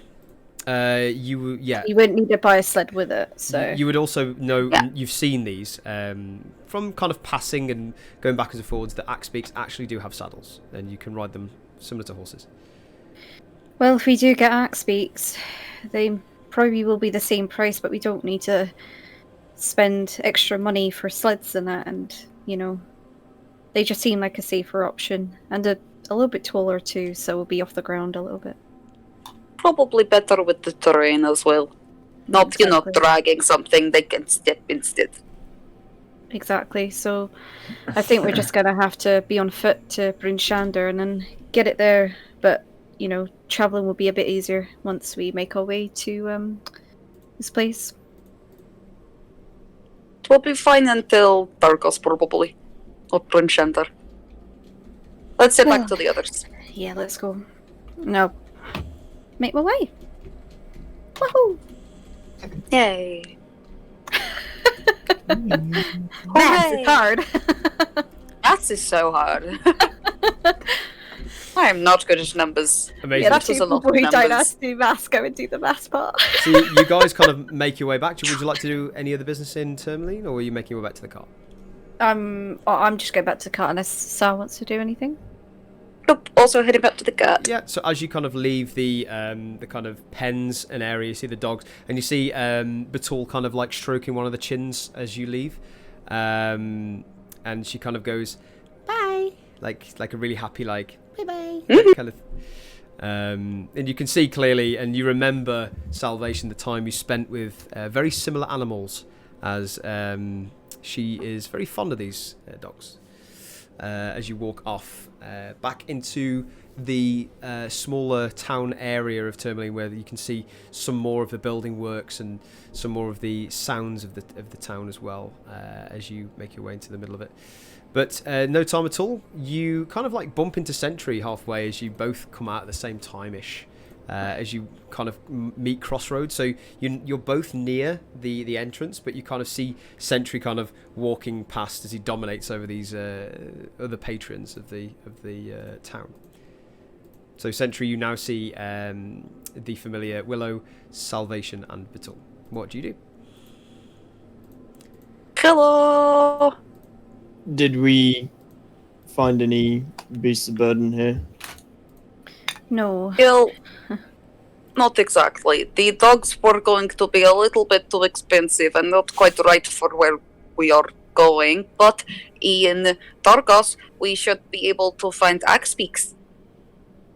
Axe beaks are our best solution. Dogs aren't going to be able to pull the cart neither ourselves, so it's going to cost a lot. We leave the cart here and come back for it when we make our round trip round. Sounds best. Or we could find someone to sell it to, so we have a bit more gold for axe beak. I don't think we should sell it because it doesn't belong to ourselves. Oh. It belongs to the dwarves, so we better keep it to us. Sure, they will look after it for us. In possibly in Grimshander or Targos, or maybe when we get back here with the axe beaks, we might be able to find someone to make a overhanging shelter for the cart. Make it a bit easier whilst we travel to the far north for you guys to be able to sleep in it.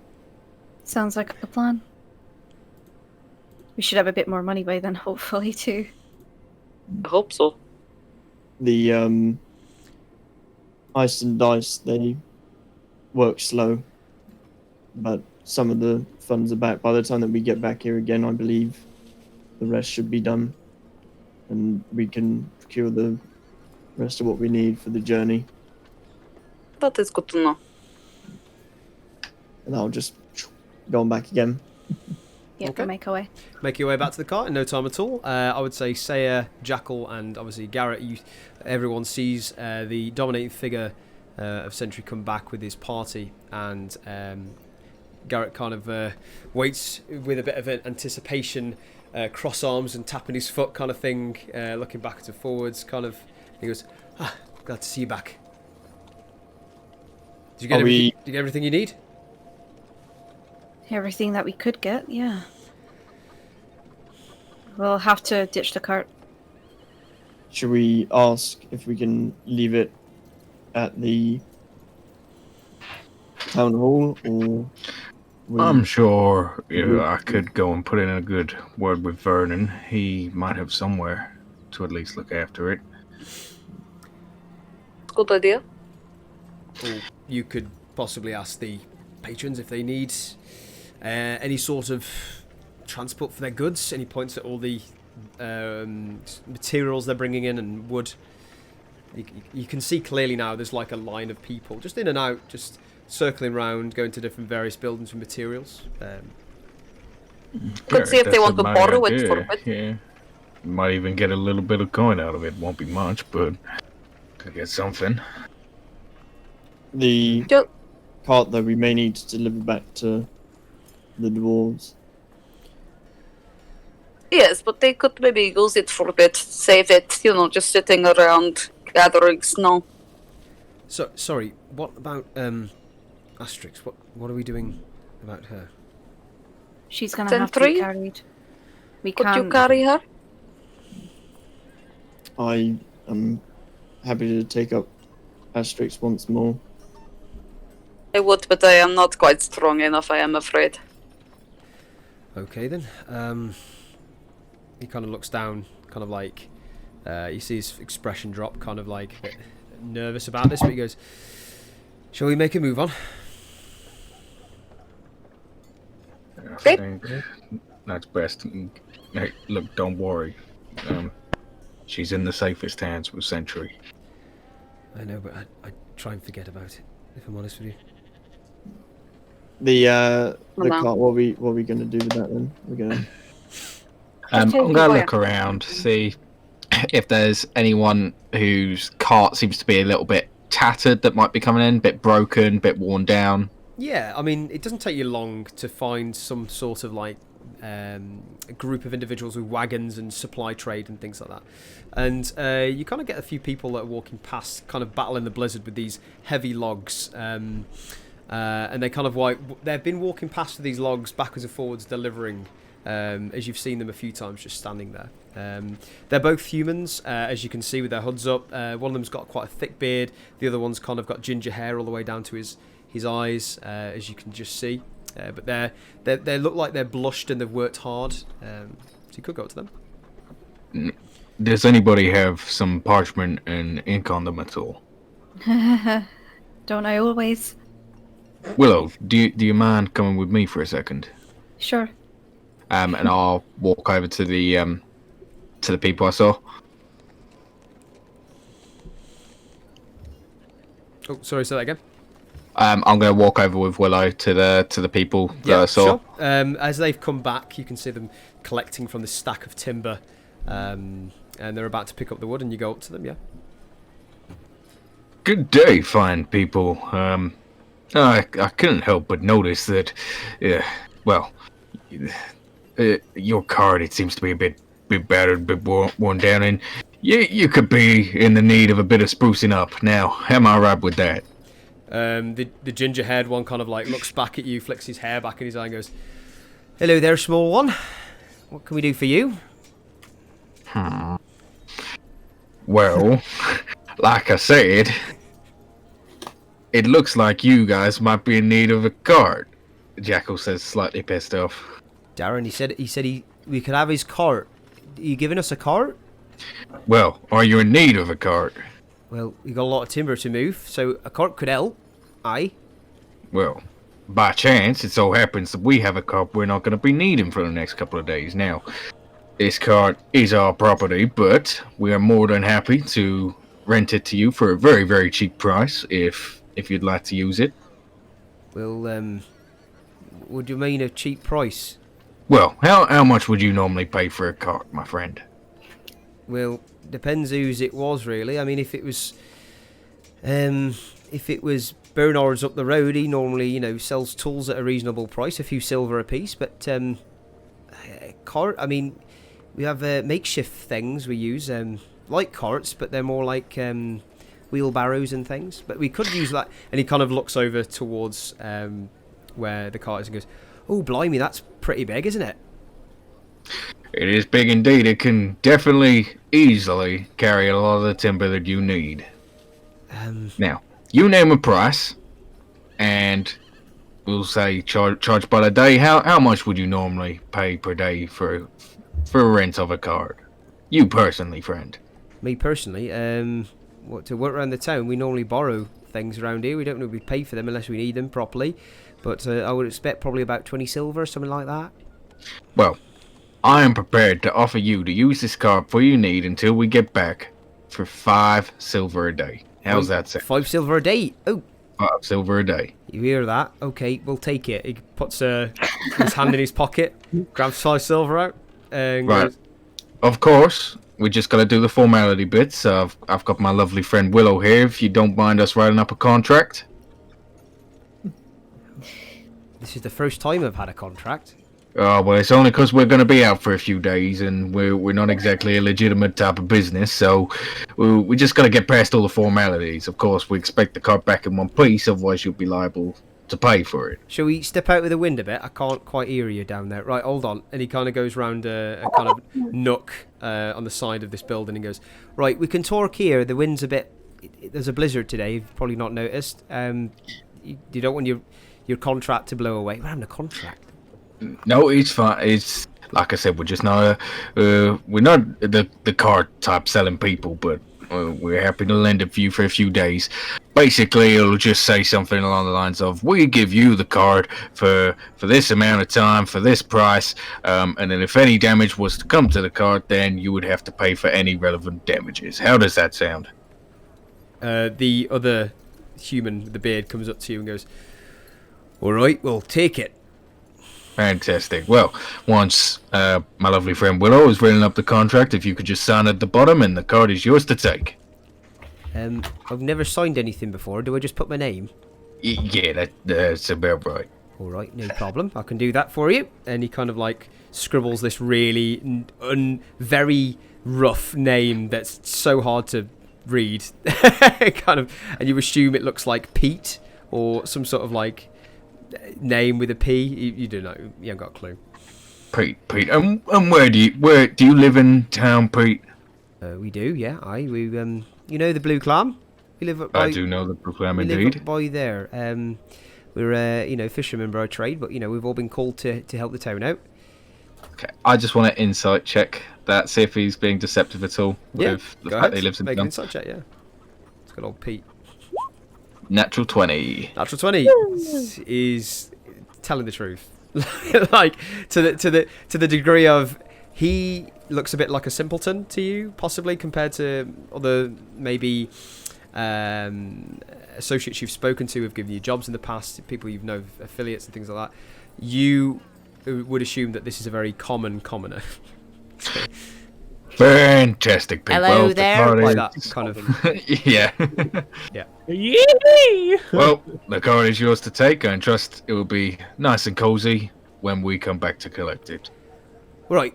Thanks for that. I'll pop the wood on and we'll take it away from you. Is that right? That's mighty fine. Right. Okay. Okay. Come on then. And he kind of like walks off to it. Follows you to the cart and you make your way to the cart now, yeah? And Yeah. And I'll introduce everybody. This is Pete. Pete will be hiring our cart for whilst we're away.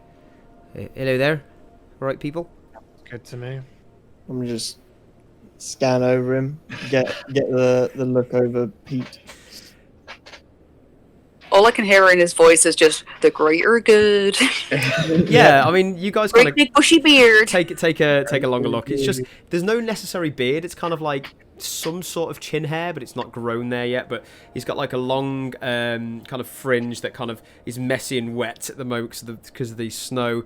Really frostbitten cheeks and no red nose. Kind of like piercing blue eyes and freckles poking out. And he kind of looks at it and goes, "Can I take the cart now?" You can indeed. It's all yours. I believe everybody got everything that they need off of the cart. Yeah, I'll have, whilst they were going and talking to Pete about it, I'll have got Asterix and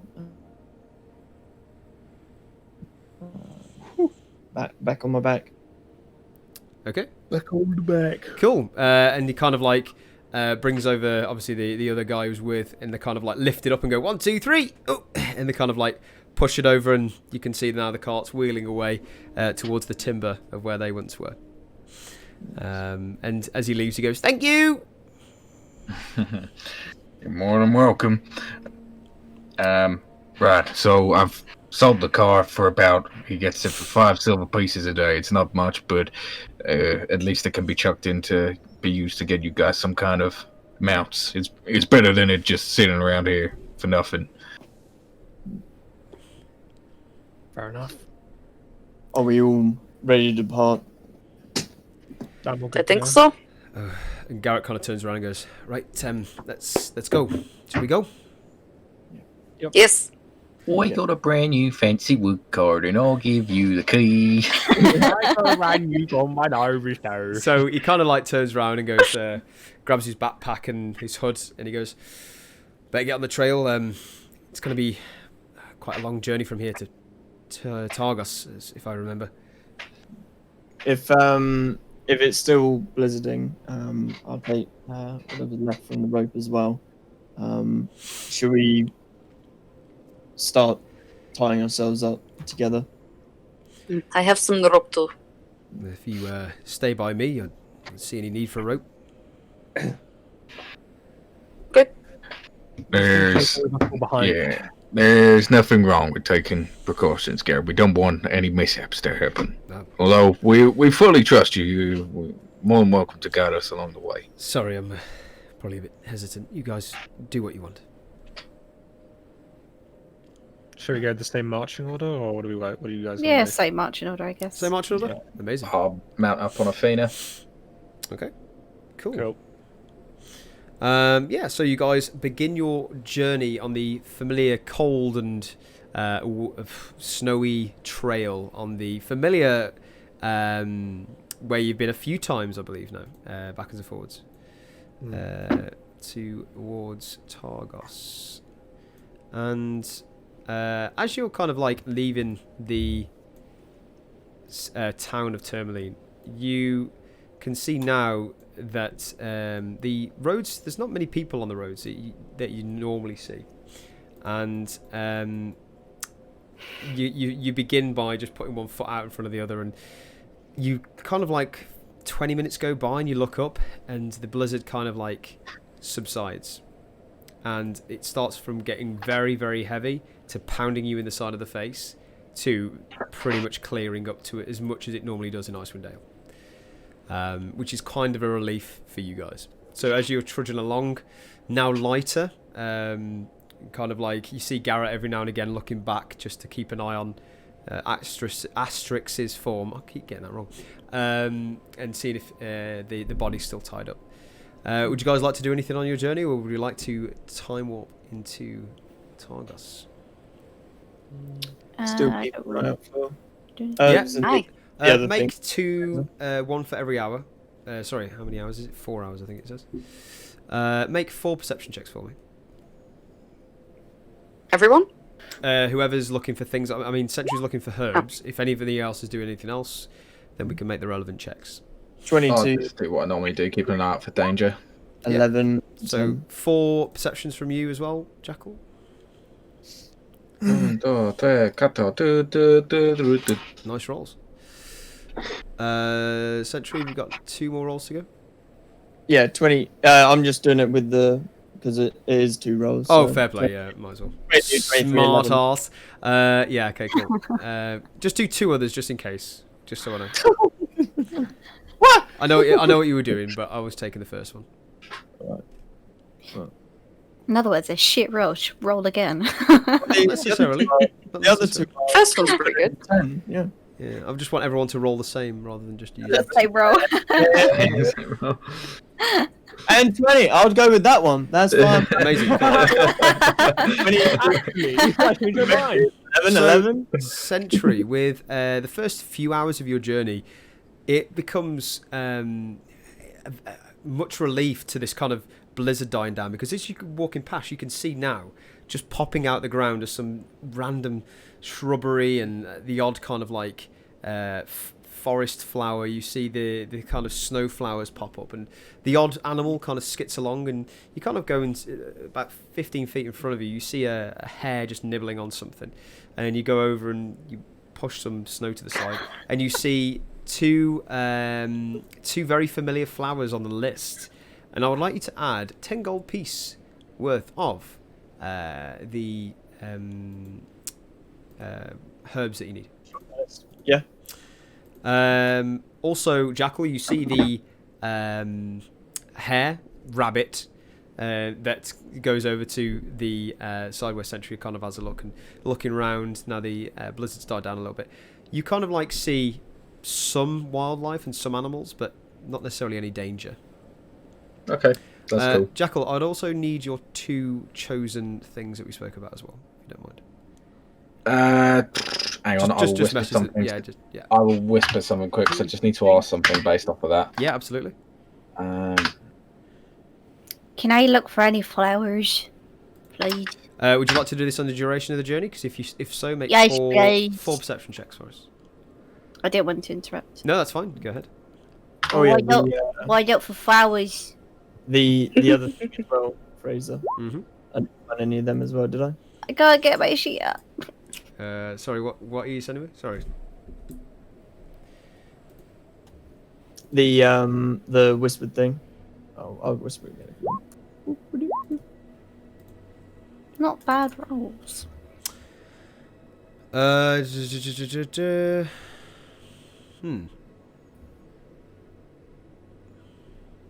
wait.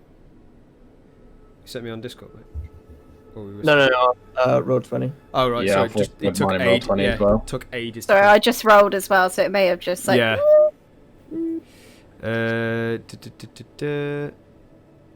Yeah, make a investigation check, Sentry.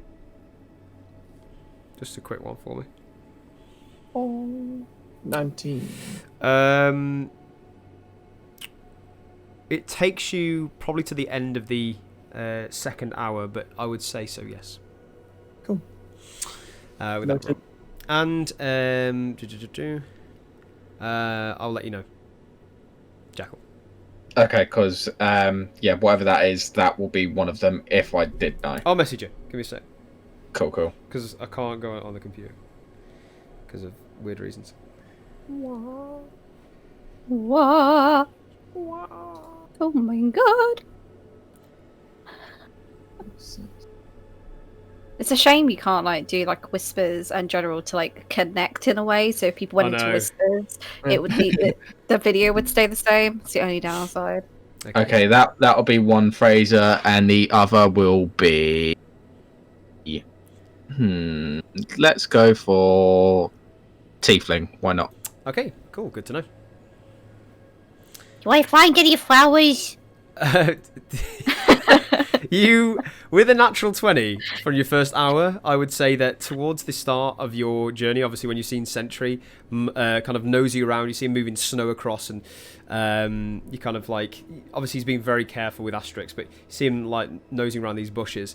You do find some very strange winter flowers. In fact, you see this beautiful blue kind of open, kind of like very long leaf flower that kind of hangs over and drapes around the stem with some thorns through, almost like a rose, but larger on the top. And it kind of like, it's very, very unique to this place, and you haven't seen many of them, but you absolutely pick it up, and it is very, very pretty.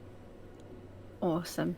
So I would like you to put, I mean, if you want to, blue draped flower in your inventory if you'd like. Pretty and witty and And I'll try and get a picture of it at some point as well. Awesome. Yeah, very happy. She's just going to admire it for the rest of the journey.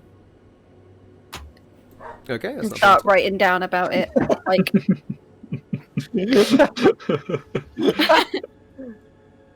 I don't like it. Red dog. As you hear the dogs behind you, some snow boy, is dogs. that you? Some snow dogs and a sled come past you as you're traversing down for the second hour, I would say. And Salvation, you can't but think and wonder of the ease it would have taken just to jump on and ride that dog, because it is going quite fast, that sled. So, yeah. As you guys kind of like see it go into the distance and you do your final few hours, not much happens, but you come to the outskirts of a very familiar Targos, of the giant, larger than 30-foot walls that come on the outskirts. And you can see now towards the southern side is where you're being led down, as you hear a ginormous breath from Garrett, as it's good to be back, and I suppose I wouldn't have made it without you guys. Well, as long as you're safe. Payment? No, I'm joking. If you don't mind, we're gonna. Do you want to come see Keegan? Are you going this way? Well, it's up to everyone else. Do you want to go back to Keegan or go I straight mean, for he Shandra? did have supplies for all of us to collect. True. Yeah. Yes, this is true. Okay. Oh, as he told you, he's a great craftsman. He does lots of things. He has mentioned it. He will be What kind of things? making a statue A later. So statue? Wow. He hasn't done one of them in a while, but he makes all sorts of figurines and trinkets. He's very talented, is Mike Keegan.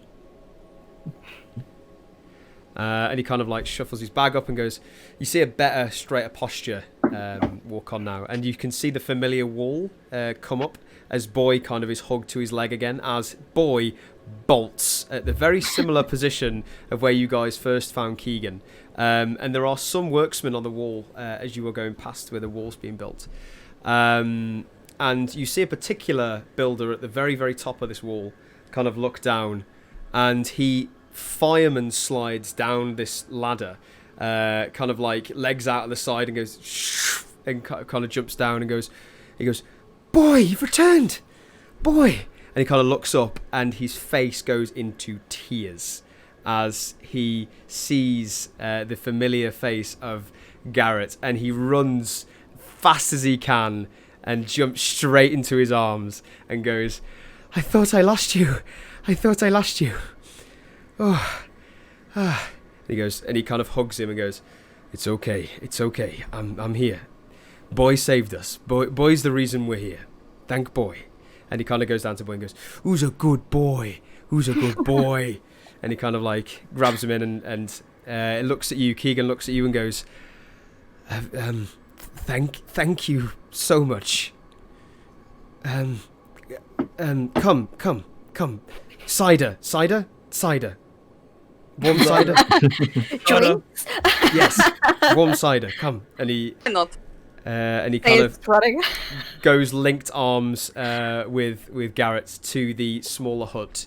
Very familiar. Opens the door. As you hear them mumbling and talking and laughing on the way in, as Boy kind of runs in before them, sits on a little rug, kind of like sits down, tongue out, like very happy. And you see this kind of very happy Boy walk in. As you all make your way into this very cozy storeroom, as he has already laid out some tankards of warm cider as he fills them up and goes, I want to hear everything. I want to hear it all. Garrett, I'm so happy you're back. And he goes, well, I hear you've got trinkets for them. We've got to catch up, and should we go home? I need to go home. And he kind of looks at me and goes, yes, 1 second, I've got some business, just very, very... And he turns towards you, Sentry, and goes, I've sent a message to Tourmaline, and they're going to supply me with the stone for the statue, and I've written up the blueprints for it as we speak, and it should be done within the week, possibly 2 if we finish the wall off. And he turns to you, Jackal, and looks at Athena and goes, I've got something for you too. As he goes round the side of this kind of storage room and goes through his stuff and brings this trolley out. and it's got like white tarp on the top, and throws this tarp off, and underneath you see, I've got a description for you. Ta-da! Nothing. No, I'm joking. You see, A new car. you see a saddle fashioned out of wolf hide, white wolf hide, polished and shined skin with a white wool detailed with teeth plated into the pommel and sides. Oh, that sounds fucking beautiful. And it's almost like a tanned wolf skin. It's very weird. This skin kind of like wraps around this fabric, and on the sides is like these hooked teeth, like these canines, but in every other section it's like this delicate fashion. And it's got like very fluffy wolf, very similar to what Sentry wears on his shoulders, but like this puffed out wolf form on the pommel and the cantle, which is the back and the front of the saddle. Oh. And he kind of goes out with a strap. He goes, right, let's get this I can't wait. I want to put this on. And he kind of puts it on, wiggles it aside on Athena, and he goes, can you hold her while I put this on? Of course. I'll hold her and say, girl, you looked ferocious before now. You are gonna look mighty fine in this thing. And you can see like Athena's like looking back and going, "Ooh," kind of like, very confused, but kind of like stands up straight nevertheless. And you can see like Keegan's got this kind of like rope around and wraps it round with this leather and straps it underneath like a girth, like a saddle, pulls it up straight, and Athena now has a saddle. Oh my god. What does that do for you then? Like, in terms of, like, is it literally just cosmetic, or is it actually do something? I just wanted something to sit on. Oh, okay. Right. Jack will turn to Keegan. Keegan, you are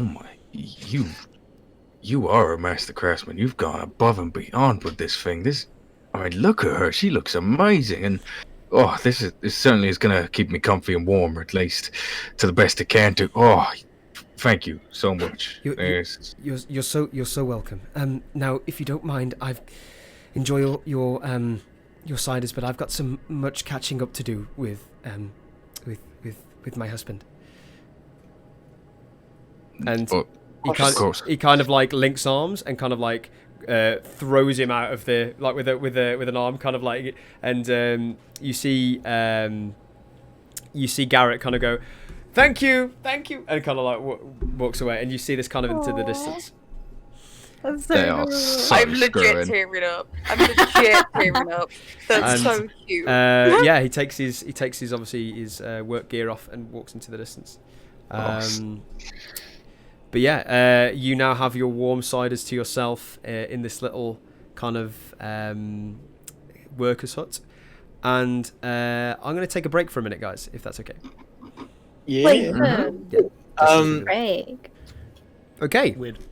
So, guys, as you see, the happy couple with said pet walk off into the distance with no background music. They walk off into the what you would assume the queue to enter Targos, which you passed on the way in, but it was about 40-50 feet away from you, but you sheared off to the left or the southern side where this wall is being repaired. So yeah, I mean, you guys are sitting in this kind of makeshift wooden cabin with all hot ciders, I'm guessing, except for you, Sentry. I'll have filled up my water skin again with it. Okay, cool. You can do that. And just like kind of like looking a bit confused, Battle kind of turns to you, Salvation, and goes, I don't know what's going on. Oh, so you know the man that was traveling with us, Garrett? Yes.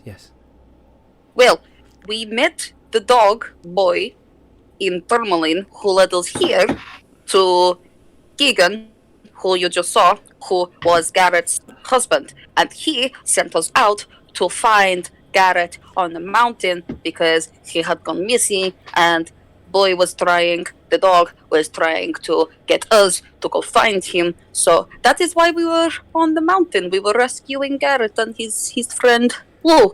So we were just coming back to the city when we met you. And then now we are here. We have brought him back and they are reunited. Ah, that's a really nice story. Yes. What's that? And she points towards the fireplace. And by the fireplace, you can see a small box with a bow on.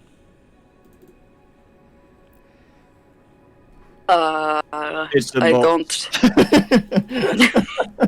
I don't know. What is it? Like a bow, like a present bow? Yeah, so it's kind of a small wooden box, and you would see these typically at birthdays and gifts that you've seen in the past, but it's got like a small bow, very delicately done, with kind of like you can see some sort of great engravings on it, but you might have to go a bit closer to see what they are. Yeah, I'll wander over and have a look at the engraving, see what it says. Okay, you pick it up. It's only kind of like probably about 7 or 8 inches height, square box, and you kind of pick it up and you look down, and on it says "To my new friends," which is etched in, and you take the bow off, which is signed. Would you like to take the bow off? What does it say? Do I have to take the bow off to see the writing? It kind of like it's on the side, so it's really nicely done. So it's like a box, but on the corner is the bow, and in the middle it says "To my new friends," etched in, really delicately and really nice text. I'll just turn to the others and say, hey, this says, "To my new friends, do you reckon this is for us? He said he had something for us before he was dragged away." Maybe. Should I open it? I'm gonna open it without waiting for anyone else. She's just gonna get too excited. She's just gonna open it really carefully. Yeah, so you take off the bow and it kind of unravels, and the top has kind of one of those shelves where you slide it, and you slide it across. And inside, you see a 4 scrimshaw figurines, and you assume, and you would know this, Salvation, that things like this, like little trinkets, can be worth some gold, and they're very, very well made. He did say he had some figurines for us, so I think these are for us. What is it? Scrimshaw figurines? Yes, scrimshaw figurines. Okay. Never. So, a scrimshaw figurine is basically where, in this case, Keegan has basically crafted 4 figures very intricately and very delicately out of stone. And these figures are probably roughly about 3 inches high, so they're not tall at all. They're very small and very well crafted, and you've assumed he's done this over the last few days, or since you've been gone.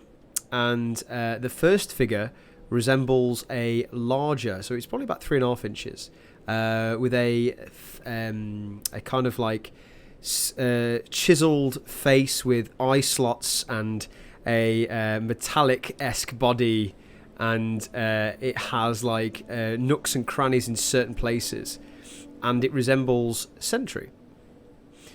The second figurine is kind of smaller, and it's probably about 2.5 inches.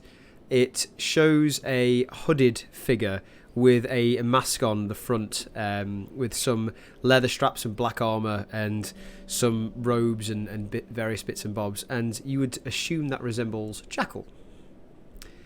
The third figure you see is a much taller figure, very similar to the size of Sentry's, but a little bit shorter, probably about 4 inches. 4 inches. This figure has horns coming out and long hair, and a kind of delicate body and slender, with these kind of intricate robes on and fancy garms, very delicately kind of like patterns on there as well, and you would assume that resembles Willow.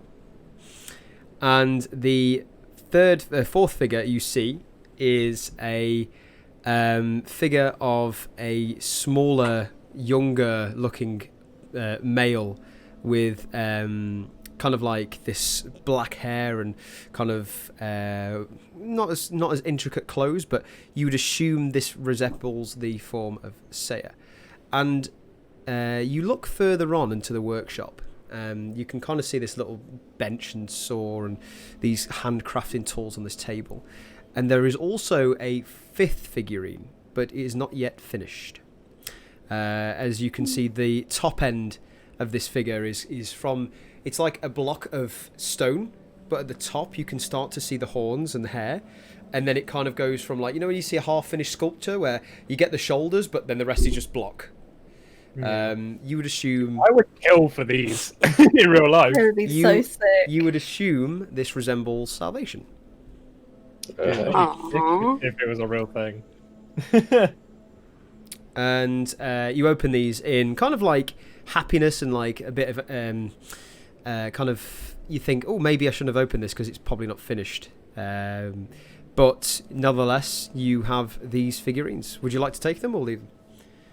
I'll leave them. I think they're not finished yet, so we should maybe put them back and pretend that we didn't open it yet, and then when we come back next time, we all act really surprised, yes? Sounds good to me.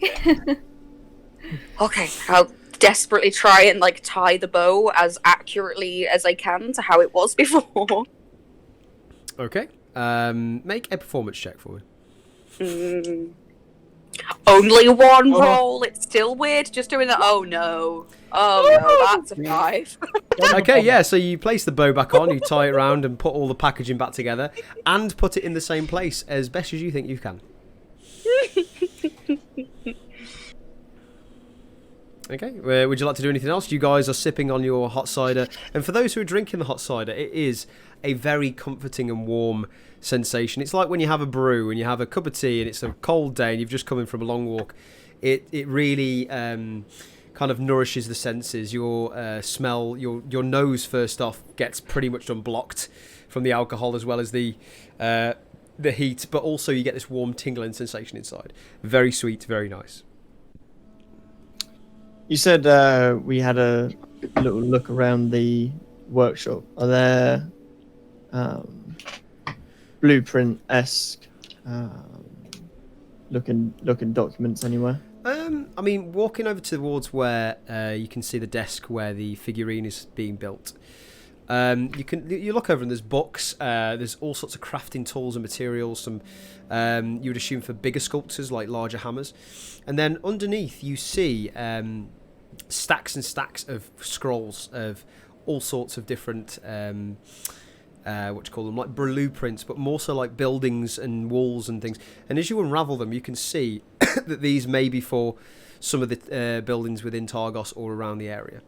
But yeah, you can have a look through there if you wish.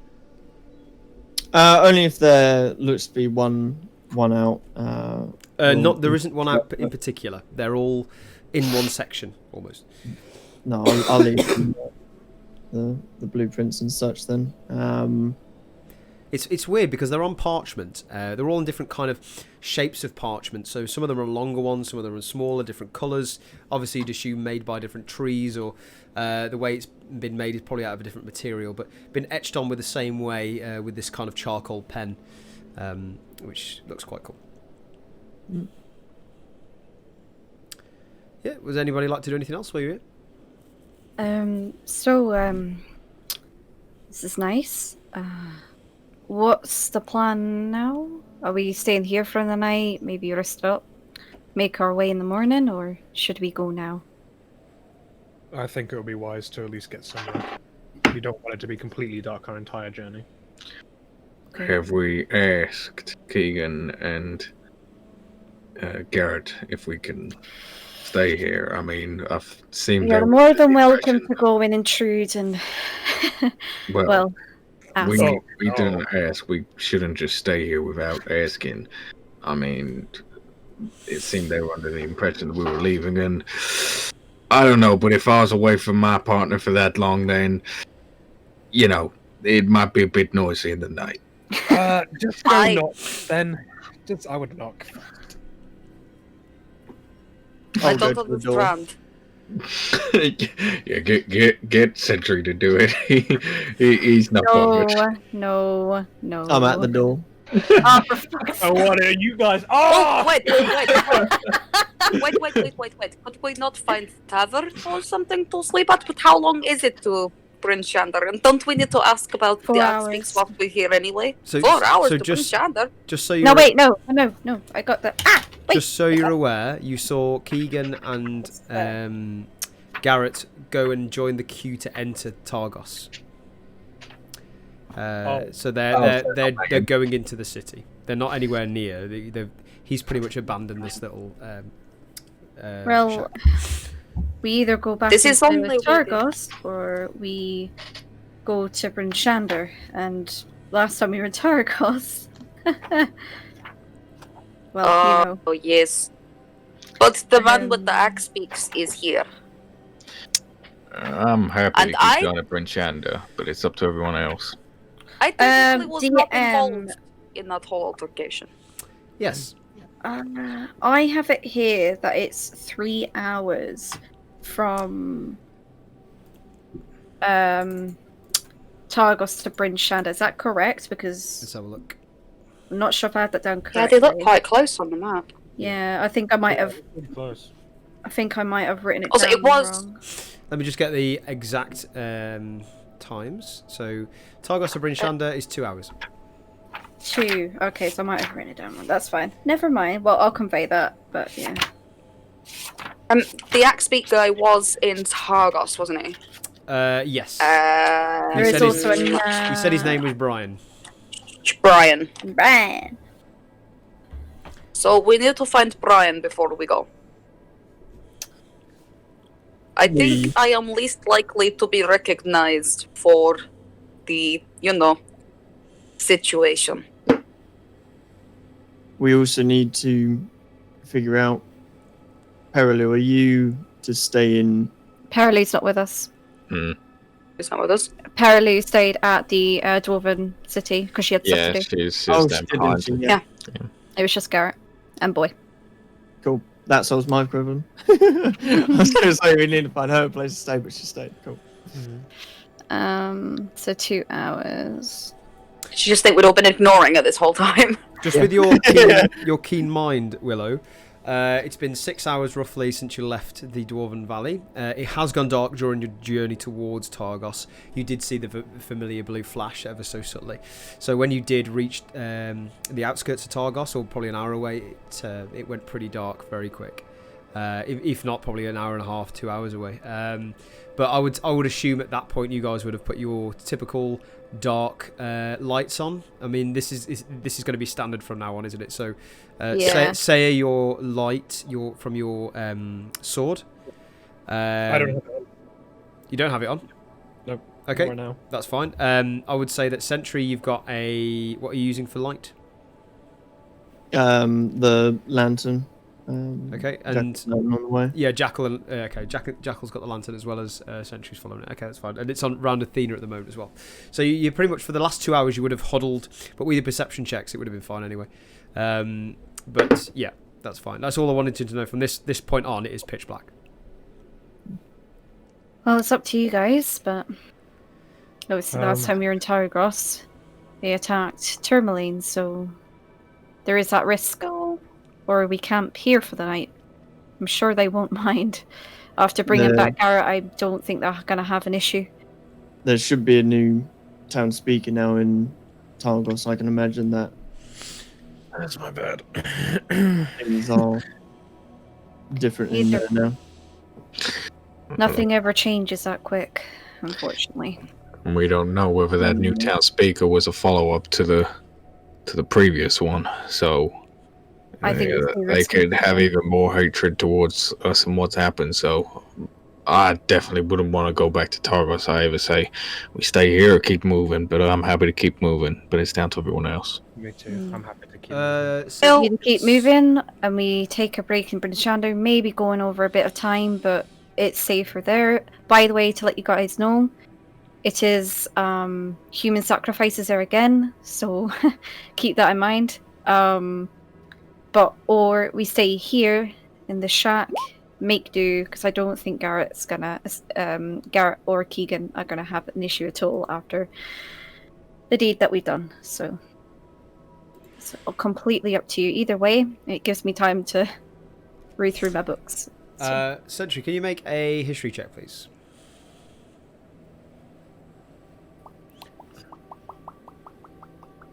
Where is... There. History, 10. 10. With a 10, with town speakers, and you hearing obviously that conversation with Jackal, and from what you know, you would know roughly it takes probably a few weeks, if not, could take years for a new speaker to be elected. Also, if a speaker was handed down to someone immediately before they left, they could be immediately in force. So you have no idea the politics around Targos, but you would assume that there could or couldn't be someone in power. Well, we spoke with Matthews at Tourmaline, and he said he wasn't sure on if there was any powers that be when we spoke with him. So at the moment, we've probably seen that there's. But in terms of intricate politics within the town, you're not really sure. I'll have you know, Sentry was a politician back in his day. No, What is your name? What is your name? What is your name? Yeah. What party are you from? Yeah. In fact, you were just a glorified security guard. Let's be honest. So realistically, you have no idea the politics of the situation within Targos. Just thinking about obviously where you want to go. If you do go for Targos, obviously it could be unknown territory. Just so you know, that's what you think. Right, so Sayer and me want to keep moving, so that's 2 votes to keep moving. Each of you need to cast a vote. I think we need to ask Sal on how she's feeling, if she wants to keep going through the cold. I'm happy to keep going, but we need to ask about the axe peaks if we want transport for the Tundra. I'm sure Bryn Shander would have something too. But the guy that we spoke to in Tourmaline, he said that we should speak to his brother in Targos, who could give us good deal. Well, if you want to risk being sacrificed. Yes, but either it's way, going we're to going be to be sacrificed in sacrificed. Bryn Shander. Yeah, it's just that Targos is bad land, and Tourmaline. Not gonna lie, guys, Tourmaline don't even know that we were the reason the militia attacked. It looks like they were going to attack anyway, but that was very quick from what we did. So if we do go in, and I can only disguise myself for a short amount of time, I can't do everyone. That's the only thing I think we're going to have a trouble with. So we go into Targos, you can't guarantee anything. Whereas we go to Bryn Shander, it's fresh. And I roughly think it is going to be around 50 gold for an axe peak anyway, but we could possibly bring down price, I don't know. We check Bryn Shander. If too expensive, we come back and just me and Batul can go into Targos because they won't know her and I wasn't involved. So then we could go in and procure them for everyone. Why don't Sound like a good plan?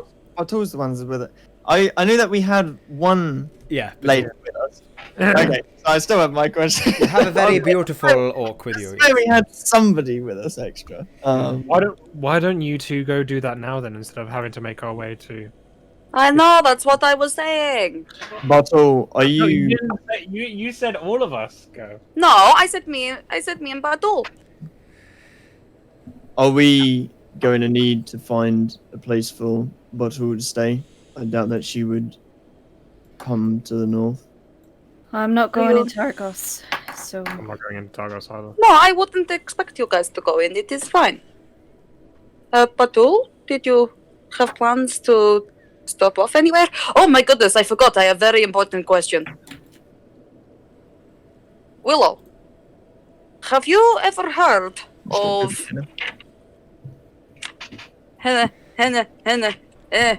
I was hoping to be able to ask this before we had the long rest the other night, but then we'd randomly already have it. So it's fine. It's random salvation stuff.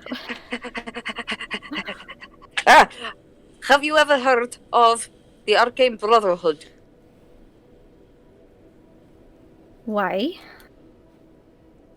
Well, you know we found that note for the bounty for Batul. Mm-hmm. She told me whole story. So, It kind of was mistake, also was not. There was an organization who was trying to mess with our temple, so they were going asking questions. Apparently, people did not like the asking of the questions, and then that is when she was taken. But she was looking for someone called the Arcane Brotherhood. But that's right, isn't it, Batu? Yes. The Arcane Brotherhood is. It was our mission to go and find information about this organization. See, I've heard of them before, yes, but I'm not knowledgeable of who they are. But you have heard of them. I have heard of them through my studies, so not through personally, through my studies, because as you could probably tell, libraries and through the stuff we learn about a bit of... What's that? It's Jamie. It sounds like What was that noise? Yeah, sounds like you're grinding. Grinding. Oh, it's a chair, okay. That's what I was saying. Like, to be honest with you, with all the studies that we do, I've heard of them before, I think, but I have no idea who they are, what they do, if they even do anything. But I don't... Okay, is one to keep I out for. don't know much. Okay. So What- Arcane Brotherhood, did you say? What information were you after about the Arcane Brotherhood? Well, it was me and Salvation spoke last night. You were asleep when we got in, and things happened so quickly. I was speaking to a friend of mine, Baldora, in Bryn Shander, and she said she gave us a mission almost, and we were trying to find information about the Arcane Brotherhood, and she said she knew an associate to listen to, and we got asking the wrong questions around the town, and that's how I ended up here with you. And when was the last time you spoke to this Beldora? And where exactly in Bryn Shander? She's a really nice lady. We found her in some of in one of the streets. We were trying to find the inn, the local inn there, and she poses as a what do you call them? People who can read minds, psychics. Yes, and she was giving out information to the passerbyers, and she gave us information as we were looking for places to stay, and she said she could help, and she knew a bit about information about the organisation we were looking for. But the last time I saw her, it was the days are hazy, but it must be about 3 or 4 days ago now. I mean, the Arcane Brotherhood ain't nice people, so I don't know what kind of business you'd be looking for with them. Have you heard of the Arcane Brotherhood, Jackal? I know that they're not the nicest people to deal with. Perhaps you have more information for us so I can bring it back to my temple. These other people that you were with, were they tasked to the same thing? Yes, they were the ones I mentioned to you who were with me. Did they mention any other organizations at all? Beldora? No, they had a figure they had found in the inn. Give me a sec.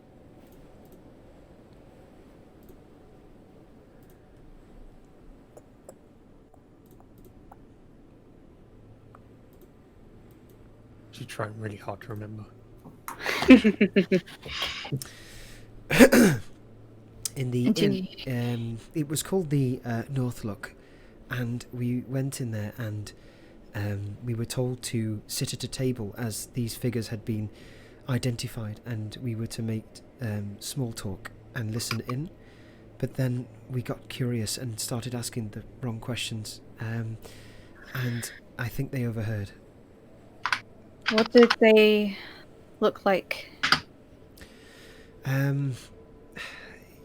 They were all wearing long robes, and amongst their cold gear, they had one had a large ponytail with a bald head, and he was the one giving the orders out to the rest, which I didn't see.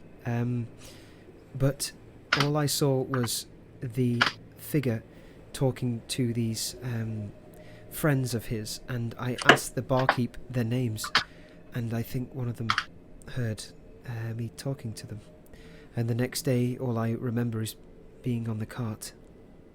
You don't remember seeing any sort of emblem, sort of symbol, coloured clothing, anything at all? Not that I remember. We didn't get close enough.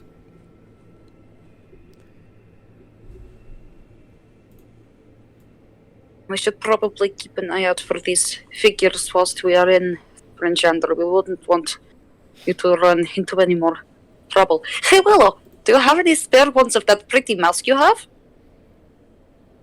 I mean, you can borrow mine if you want. I can change my own face. That's fine. And I'll get out my little cat mask. My wooden one. Maybe we see what situation in Brinchander is for, or maybe going into Yes, that may be a good idea. As long as you can hold up your disguise for long enough, because I don't want you getting in any danger either, Willow. I won't be in danger. We just need to be extra careful when we go to Brinchander then, if that was only a couple of days ago, because yeah, just need to be careful, especially keep Batul safe, obviously. Yes, definitely. I want to do an insight check on Batul, please. See if she is telling the truth. Absolutely, make an insight check. About the not seeing anything regarding, obviously, who, like, colours of what they're wearing, symbols, stuff like that. Yep, make an insight check. That's a natural 20. Come to 25. Oh. A natural 20. Can everybody go on to silence, please? Oh, yay. Oh. Just give me a thumbs up when you can't hear us. Oh shit, I've got the thing. Should be the two. There we go. I think that's everyone but Luke's not there. So. Okay. So you can definitely see on her face that she is in some sort of distress or confusion. But because of her safety and her kind of suggestions around salvation, you absolutely can tell that there is more to her look. In terms of, she looks very, very shifty in the fact that it probably isn't the whole truth.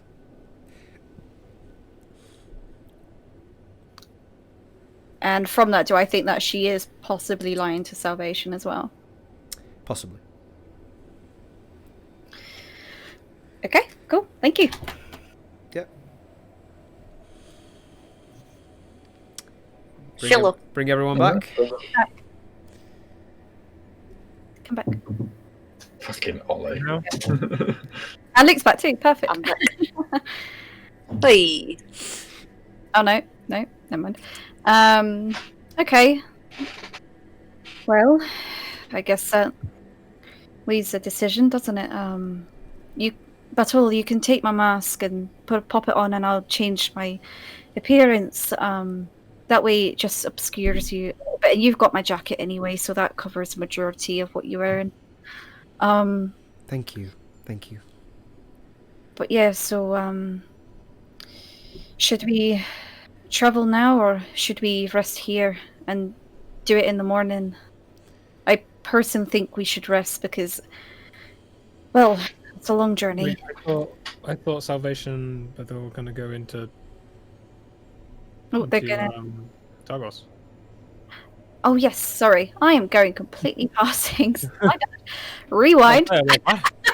No one's gone anywhere just yet. Changed the plan while I was gone. No. I thought that you said that we were going to go to No, Brinchander then I agree first. with you. Then we should do what you did. That's what you said. you I agree. empathize. I said we should do that after we discussed it. Yeah, I completely went a little bit.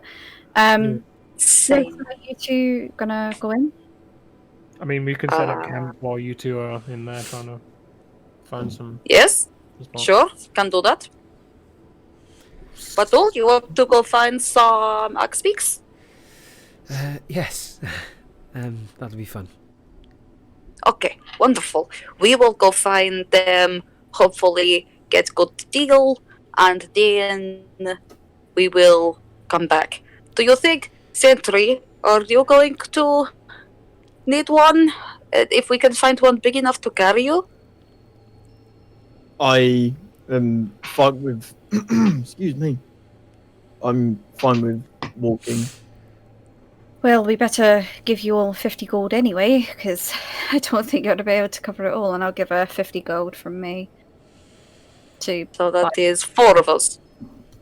yes. So that's 50 gold I give you. And obviously, if there's any change, We only need enough actually for the cart, though, right?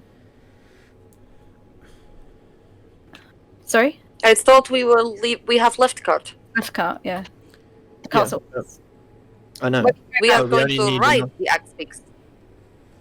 but then we'd need to buy more axe beats. Before we were getting axe beats, like 2 axe beats to pull the cart, cheaper. I thought we were getting them to ride on, one each. We're going in to ride Because on it'd be better for the terrain. way back. Because we're going into the tundra and we won't be able to take the cart. Be too heavy. I don't mind, I can run. It's up to you guys. I've got Athena, so either way, this doesn't affect me. This is up to you guys. No, you're fine, Jackal. Saya, do you happen to have 50 gold on you for in Axpeak? Saya? Hmm? Do you have 50 gold for Axpeak? In character. Huh? Always. I got distracted by a breeze. I have 75 gold. Yeah, I think it's Okay. roughly 50, but it could be cheaper if obviously I will make sure. you mention Ivan. So, Exactly. I will make sure you get change. Wait, do you want me to, what do you need to give me that 50 gold, maybe? No, you need to give me 50 gold to go get Axpeak for you. That's what I said. Sorry, now that's me completely mishearing. I think it might be Exactly my what I internet. said. I think it's my internet. It keeps like just tiny cutting at like really weird points.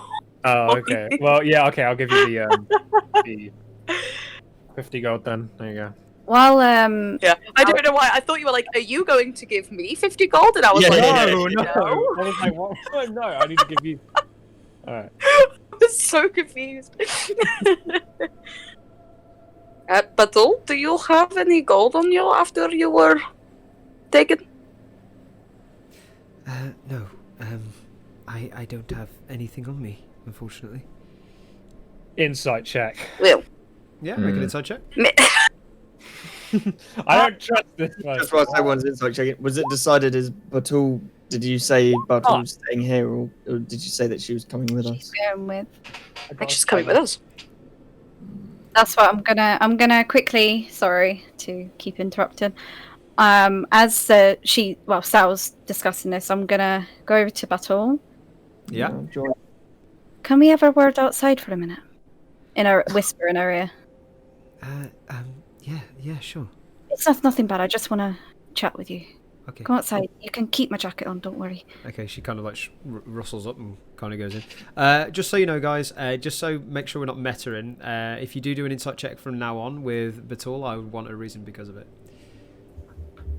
Because Saya doesn't trust this bitch. Yeah, fine. mine is That's because fine. when I originally saw That's the her, reason why. I thought Jackal, rolled I insight understand and I what got you're saying. Yeah, perspective. it's fine. Yeah. But if you keep doing them, I will ask why. Just because it stops, obviously, when I go, oh, whispers, people go, oh, I need to insight her all the time. It just stops that. So, obviously, if you do the 1 or 2, that's fine. But obviously, if you keep doing it, I will ask why. Yeah, that's why I didn't do the one with when Willow was doing it. Of this person, because like especially what we heard about her, Yeah. like he's just like I I don't. I mean, you're entitled to a few, but obviously if you keep doing it is what I'm saying. Obviously you haven't done it yet, but yeah. So you just as she goes out with Willow, you kind of like you don't really get anything from that in terms of her inventory or possessions that she was talking about. And Jackal very similar. You assume she pretty much doesn't have anything on her. Okay. I'll be back in a second, and I'll go out. I'm going to go a fair distance. Not like, hey, I'm going to take you back to Targa sort of thing by myself. Just like a fair distance, so it's out of earshot. Yeah, make a perception check as you go out. Thank you. There's no one around us. That's another natural. Flipping egg. 2 natural 20. Double nat 20, right, okay. Fucking hell! That's really bad. I don't want them all like that. You can see, you kind of make your way out this kind of cabin, and you kind of see the wall and the workers and where Garrett and Keegan went off. And then you kind of look towards the path, which winds and bends into Targos. On that bend, you do see, it's almost like, as you've been in the cavern, outside, you've just seen a kind of caravan pull up and like start making its wares out of its kind of caravans, almost unpacking for a day of business, which is super strange as you've not really seen this before. But yeah, that's what you see. Okay, well, I'm going to go out of earshot with her. Yeah, you're plenty. This is like 50, 60 feet away from you, so it's pretty far out. Sorry to drag you out in the cold. Just needed to chat with you privately, if you don't mind. Yeah. What would you like, Willow? I don't think you're telling me the truth, and that's fine. I understand you're not trusting us quite as much, and probably quite scary, to be honest with you. I don't blame you. But I need you to be honest with me. I do know the Arcane Brotherhood. I do know about who you're working for, or facilitate with. Ugh, words. But you need to be honest with me, please. Those people you saw, who were they really? What do they look like? And if you have any other details, please tell me, because this could be really important. Make a persuasion check. Thank you. I'm trying to keep a calm, by the way. I'm not like, hey, you, what's your name, sort of thing. I'm just trying to keep calm. No, nobody would do that. Who asks for names? It's 2021. Oh, that's a nat one. Very typical. I'm not very persuasive. Make a perception check. Actually, no, you already did the perception. In fact, with a natural 20, I'm going to give you this. As you're asking this question, your eyes are on keen. You're like Legolas. What do your elf eyes see? Kind of thing.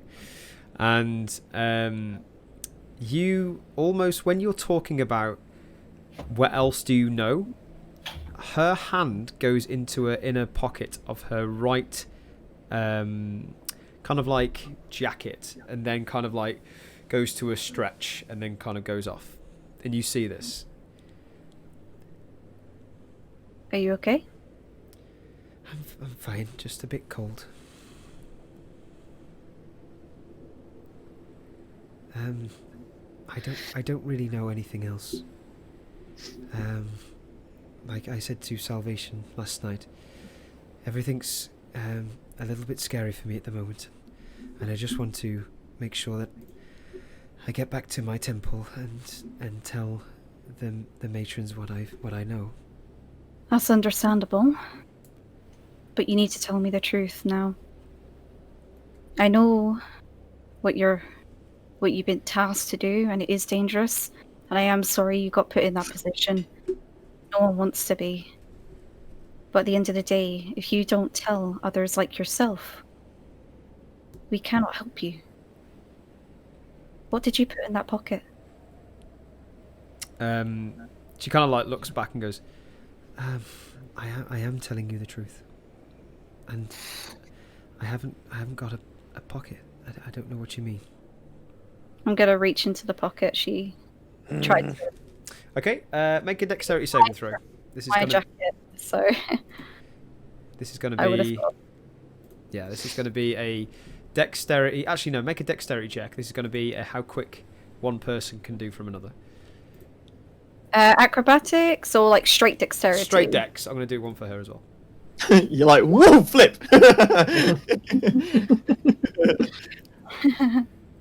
Yeah, she's like a ninja or some shit. I'm like, ah! She got double 13s. Cool. So, Great. what happens is you see, you kind of like go in to the pocket and reach round, and as you can, she kind of tries to kind of like almost shimmy away out of like fear, but then you kind of grab in and reach, and I would say at that point you've got it, but then she stumbles back. I will make sure when I take it out, whatever it is, I will make sure she doesn't fall. And she goes, What are you doing? What are you doing? What is it? Salvation?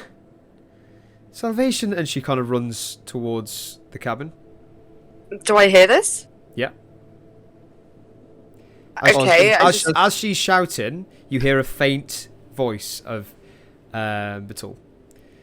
I was going to say, just for the brief period that they've gone out, I'll have gone over to Sal. Woo. Whilst everybody else is in there, just waiting for them to come back. Yep. Salvation, your friend Batul coming with us. Does she have any abilities or way of defending herself on the journey? I mean, we used to train at the temple, basic self-defense, that kind of thing, but as far as I know, no crazy abilities or anything. If she's going to be coming to the far north with us, it's not a place that would be good unless you're anyone like ourselves, a capable individual. Would you say Batul is capable? If we get her a weapon, I reckon she could look after herself, but I will have to talk to her about it. But I don't think that we can leave her here, otherwise she might be in danger. In danger? In Princhandar, because that is where she saw the people that sold her out to Darkat.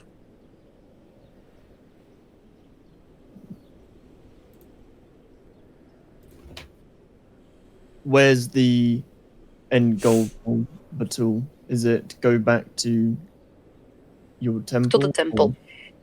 Yes. Where is that? It is a few days' travel from 10 towns to the east, in the mountains.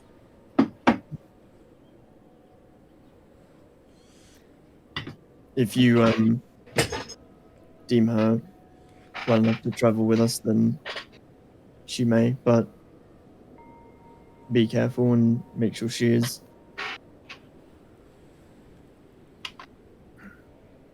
I will ask her and make sure. At this point, you hear salvation, salvation, and it's Batul's voice coming from outside. I instantly leg it out. I want to get out. What is it? What's wrong? What's going on? Willow's she pushed me and she took something from me. What did she take from you? You know when I was telling you about the I was gonna say I'll have gone out as well, by the way. Yep. I think Yes, we've all same. gone out. she kind of looks down and really like talks quieter now towards you and goes, you know, the other day when I said I was finding those people in the tavern, Yeah. I hid one of their brooches in my hair, and I was going to show it to Beldora, but that she's got it, and I don't want to cause trouble, and I don't know what's going on.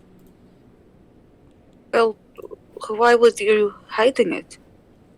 Who's But I thought you were being honest with me. I was. At this point, can I look? Yeah, absolutely. What do I see? I shall send you the picture later, but what you do see is a series of diamonds or rhombuses. Let's get all intricate. Rhombus. With a almost kind of two antler horn shapes of a V coming out, with a clear broached back. And this thing is very nicely done. It's made of really nice material, quite heavy for the size.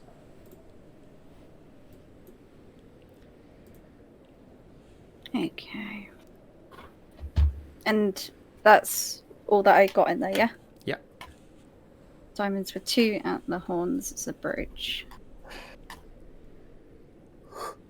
Excuse me. What was the name again that Buto said as well? It began with a... Baldora. Baldora, that was it, yeah. Thank you. Trust this. Shift. Sniff. This brooch that you took, what was it? Who did you take it from? How did you take it? I don't understand. But you need to tell me everything that happened, otherwise we cannot help you. It wasn't me who took it. It was Freya. She went over and she's very, very good at not being seen, and she took it off the table, and she was going to give it to me, but I told her to keep it. But the day after, I wanted to take a look for myself, and it was a description of what we were looking for from the Arcane Brotherhood. It was proof we needed. But I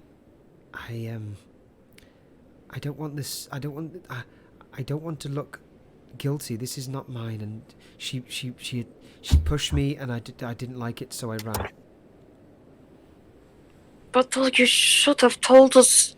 You should have at least told me when we were talking the other night. Why would you keep this from me? You know we have no secrets. We never have. Are you one with the Arcane Brotherhood? She kind of looks at you back and goes, No. This is stolen. This isn't mine. Can I insight check that? Yeah, absolutely. Yeah, I would have started walking back as soon as I've inspected it, so I'm not sure what point I would be getting close. Obviously, that's up to you. 11. Salvation, your friend is fucking weird. With an 11, you can see she's telling the truth. Panic in her eyes. Yeah, this is very Panic in her eyes. Worrying for her in terms of getting upset and worrying about the situation. Like someone's been told and accused of something that they possibly haven't done. That's what you're seeing. Mm-hmm. Okay. Like a naughty child that's been caught out with something. Basically boy who cried wolf kind of thing, like Spartacus, he did it, and she's going, not me, that kind of thing. Okay. How do you know you can trust this Baldora woman? Baldora is the one that gave us accommodation, and she helped us find some information about the Arcane Brotherhood of where they were, so I didn't see why she would go against us, and she seemed nice, and she knew a lot about other things going on in the town, so we trusted her. I do not know this woman, and I do not know whether I trust her yet. Is it safe for you to be back in Prince Shander at all? I thought I could go in with a disguise, maybe. But yeah, I need to see her one last time to show her this. And she'll look towards Willow and go, "What's she stolen off me?" Stolen what you hidden from us. This Baldora that you so call. We will go together. You are hiding stuff from us, and I do not appreciate you trying to hide it from me. You're putting us at risk as much as yourself. I appreciate that you are quite scared. And it is a scary time, especially what you've been through. But don't you dare lie to us. I know this Baldora. I will take you to her. And we will speak to her together. If you have any objections, tough luck. You know Baldora? Well, I know who she works for, but I don't know her personally. So we're going to be going together. And I've had enough of your lies. You lie anymore? Well, I can't tell you the end of it. So it is true. She does have operatives. She was speaking about friends and a organisation. I can't remember the name. But they have spies around Icewind Dale and in the south as well. That's fine. Don't need to say no more. Are you a spy? But don't you be lying again, please. She will look at you with a confused face and go, Are you a spy? Do you work with Beldora? She'll walk away. Wait, Willow, can I see the brooch? Dang. Oh, yeah, sorry. I'll get it out. I won't pass it to anyone, but I'll get it out and I'll show it. Yeah. Does it look familiar to me? What you guys see is the rhombuses with the diamond-shaped antlers. Very, very nice, intricate design. And make a history check for me, Salvation.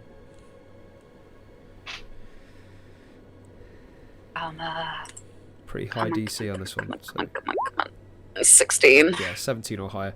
Yeah, it's just about missed it. You've seen it before, and you are almost putting 2 and 2 together at this point, obviously with the information that you got. And it kind of rings a bell of the Arcane Brotherhood, but could be something else.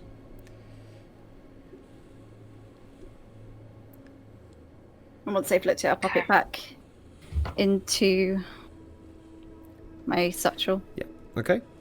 Then you do Deep within. Do you have anything else hidden on you, Baldor? Battle. And she kind of goes. I've just got food brain. she kind of looks at you and goes, "You can search me. I don't have anything else on me." I will search her. Okay. Yeah. Make an investigation check with advantage because she's letting you do it. Damn, Willow being a bad bitch. Yeah. You fucking lie, I'll stab you. Fucking lie, I'm gonna stab you. You don't find put me in anything danger. else of interest. I mean, you find various kind of like she's got this kind of pendant necklace, which is like beaded around her neck. She has kind of like some kind of like bobbles in her hair, but they're like tying it up just to keep it in place. You search through a side, a torso, a legs, no hidden weapons or anything you can find. Nothing of interest. Her pockets are empty. Well, you two still need to go into Targos. While you're doing that, we'll try and make some food for you guys when you come back. Okay. What is the reason and the mission for you getting the pendant and going to this Baldora lady? Why are you here? We were sent from the matrons from the temple to find information whether the Arcane Brotherhood were working within Icewind Dale, and especially within some of the towns. And Beldora said if we could provide proof that she may be able to give us more information. And this was the proof I need for the more information, so I can bring it back to my temple.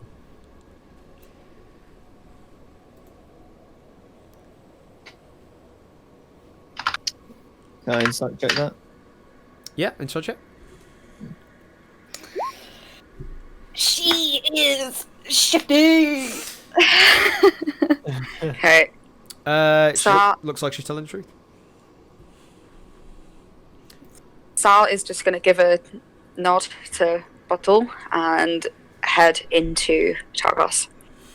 Okay. But she's not really going to be talking to her that much. Okay. She starts following you anyway. At a distance, because she can see your posture's change. So she's about 10 feet away from you. Okay, so you start heading towards Targos. Is anybody doing anything else? I would have messaged Shaq and asked him to come over. Okay, so I walked away a little bit. yeah, so you kind of walk the opposite direction towards the wall. I'd say the southern area. You guys are going to the northern area towards Targos. You make a safe distance away, and Jackal comes over to you. Yeah. Jackal, I don't trust her. What are we gonna do? She's hiding something she won't tell me. This is the only thing I was able to get off her. I tried to be kind, but kindness was obviously not the way to go about it. No, Willow, I think you did the right thing there. You've uncovered information which could have compromised us all. I did say there was something off about her from the beginning. I couldn't quite put my tongue on it, but... She's definitely hiding something. I She's don't still know. not telling us everything either. I mean, her connection to this arcane brotherhood is scary enough as it is. Whether it's in a bad way or a good way, I don't know. I just can't quite work it out yet. Do you know the Beldor? Because Do I know of Beldora? Yeah, it's kind of worrying that, you know, she's involved with this whole situation, because if it is what I think it is, she can be in a lot of shit. Meaning that she could put us at risk too. So who's this Beldora to you then? As soon as she was mentioned, you just seemed to walk away. I don't really know Beldora, but she works for an organization that I know of. And,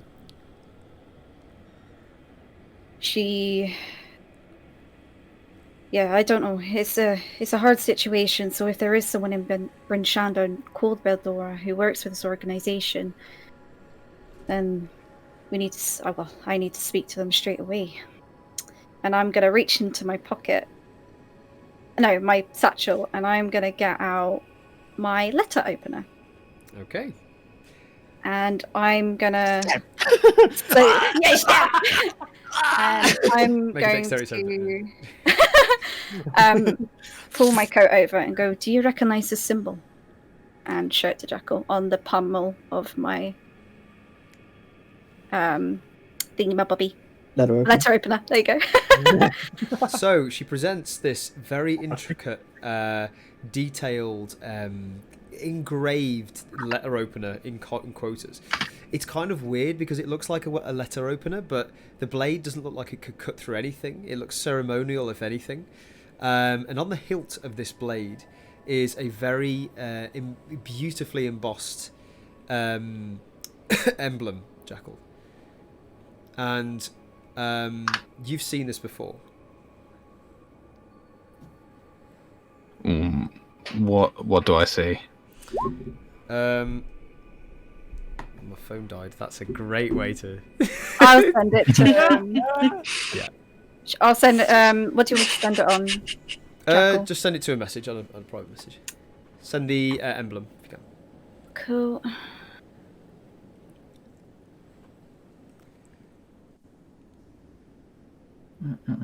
Where's it gone? I did have it. It's right here. Hello. Willow brings it out to open a letter. Doesn't open. Sentry brings out a spoon, cuts it open with a spoon. Sentry opens it with his forehead. Mouth. Like he has like one of those like xenomorph things come out of his mouth and just go.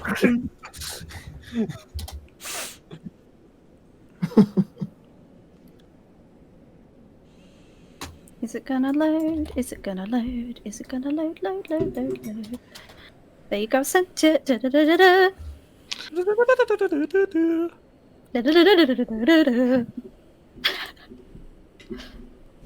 Are you handing the letter opener to Jackal? I'm not handing it to you, I'm showing only, and then I put it away immediately. I'm gonna need a closer look. I could only see it for a second. I'll get back out, but I'll keep hold of it.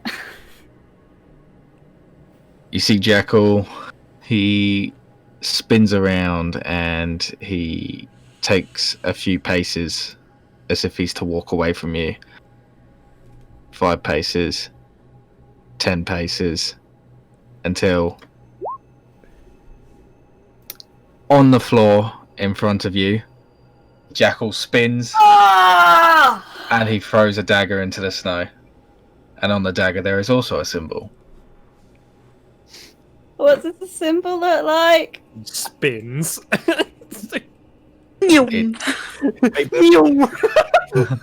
Just Too much. She's like, oh my god, sorry. He's like, oh fuck! Oh my god. Oh, no, it's slippery. Sorry. And it's the same symbol that you've shown me. Dun dun dun! Oh my god! I'm just gonna go on the floor and go. Is that the only way that you could have showed me? Well, we gotta make it exciting now, don't we? Jackal! The fuck is that? I love it. All these situations, Ollie just says the same thing. What the fuck is happening? Every single time something big happens, everyone's just like, "Oh my god! Oh my god!" I'm just like, "What?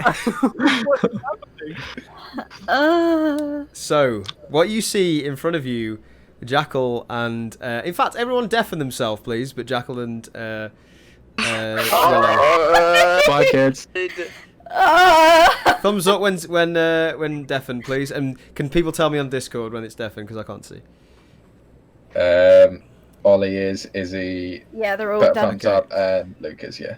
And what you guys see in front of you is a very familiar ceremonial dagger that represents the Harpers.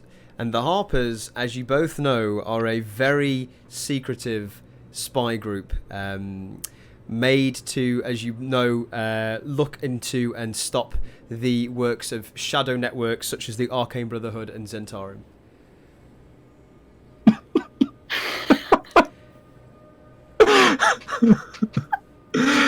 Can't do it 3 ways. So, Oh, actually, no. It's right. I thought that was the end. You carry on. so you're a Harper as well. I didn't realize you were. For years, but it's almost You weird. have to stop me? Seriously? I didn't stab you. It landed in front of you. Yeah, I'm pretty good Oh, with my right, I hand. thought you No, stabbed no, me. no, Oh my god. No, I wasn't throwing it at you. I Okay, was throwing it at the revoke ground in that. front of you. I yeah. thought you stabbed me. I was like, what? A dagger at you. No, that's fine. That's fine. This is like at the Never ground on mind. the floor in front of you, like in the snow. Anyway, I'm still gonna be shocked. I have been for years, and it almost seems like fate that we bumped into each other only a few, short time ago. Flipping heck. So What do we we do both now? seek Eldora. And I will give you the emblem.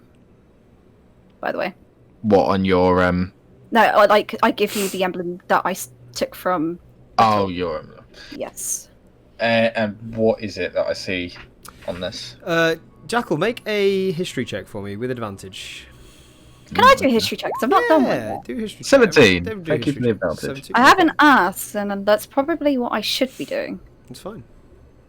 That's a 14. With Jackal Probably not. 17, Jackal, you recognise this as an emblem that signifies a ranking of an Arcane Brotherhood member.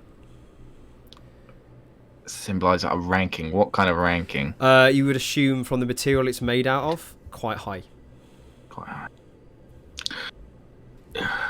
Willow, do you know what this is in your possession? To be honest with you, Jackal, I've been alive for a long time, but I haven't had to do much work with it until I met you, funny enough. And I have to be honest with you, it was actually my godmother that is also in it too, that got me into this whole affiliation, but she didn't give. So when I went on my travels, sorry, did I say my godmother? My stepmother. So when I went traveling, I didn't really know much. So I know a lot, but if you go in depth, there's so much information that I have as it is. It's hard to remember everything, if you get what I mean. I mean, maybe now isn't the best time to talk about it with the others around, but I trust you've been briefed on the Arcane Brotherhood, and this symbol that you own is, well, it's the possession of a high-ranking member of this organization now. Well, I got this off Batul, and she said obviously this was in her possession, so if she did take it, no wonder why she's been hunted. It's just interesting to see how dark it is in relation to all this. It almost seemed like a personal vendetta with the... It's a lot to think about. Jesus fucking Christ, Jesus. I didn't expect it to go this way. I can tell you that. Well, we have our task in Bryn Shander. We need to go to Beldor immediately. We need to bring Batul with us. Find out who she really is. Tell her about Nearth as well. Nearth and Suffolk being part of the Zentarium too. That will definitely be news to her. So we can trust her, though. I hope that she knows my stepmother. If she does, then it may make life just that easier. If she doesn't, then But this is difficult. We'll get I'm gonna be further honest with you soon. quickly. Yes, of course. There's also another reason I joined the Harpers, but you have to keep this to yourself. I mean, surely both us knowing that we're members in itself should be in us to trust each other. Exactly. There is a family out there, a large family, that caused great devastation on me. And they work with the Arcane Brotherhood and the Zentarium and loads of other dark organizations, which is what Kane's from. And I'm trying to take them down. So I was hoping the Harpers would help me. Meaning, if you could too, that would mean a lot. Willow, you have my sword, but let's take this one step at a time. Our objective is to get to Bryn Shander, speak to Beldor. From there, we can decide where to take things. I know, I'm just letting you know, because in case he ever pops up again. No, I appreciate that. Perhaps we should head back to the group. I mean, it's a lot to take in, all this. We can discuss this further when we meet this Beldor in Bryn Shander. Yes, we can. As Jackal will pick his rusty dagger up out the snow, he will keep it in like is sort of slightly hidden sheath, so it's not on full display. It like gets covered by his cloak, so it's not always on full display. Oh my god! Okay. I got a pen. Jackal will head back to the group. Can everyone tell everyone to undeafen and sheath their weapons, Undeafen. please? Undeafen. Ow! Fucking hell! Sorry, On just go! cutting out to Okay, kill so you. you guys see, I would say, from what's happened, Salvation and Batul are walking away. Sentry, I'd like you to make a perception check for me, please. Sorry. Perception. As you were standing outside the door. Sarah, where are you right now? Same place as Sentry. Okay, so Sarah, make a perception as well, please. Okay. But with you with disadvantage. In fact, I would say because it's dark, probably both of you with disadvantage. Yeah, I'll take it with disadvantage. Yeah. Well, you get advantage, don't you, Ollie, on your... You get smell and hearing. smell Smell and hearing. Yeah, okay, cool. So, I would say that both of you get a 9. You kind of see Salvation and Willow walk off. You hear a slight... Battle. So Salvation and Battle went off, and then me and Jackal went off, sorry. Willow and Jackal walk off, and a few moments pass, and you kind of like see them go, and then you see them come back. You don't see anything else. But you also see Salvation and Batul walk off towards Targos entrance, which is now being lit up with lights, as you can see in the distance, the small torchlight in the further distance anyway. Just turn to say, I've got a secret to tell you. Did you know all those iron ingots were my cousins? That's still the best joke I've heard. Hey man, that was off the top of my head. That one. Yeah. We didn't get that recorded either, did we? I don't know. You'll come back, man. We'll think of another funny one. Anyway. So yeah, you guys, essentially say you see Willow and Jackal return towards where you are.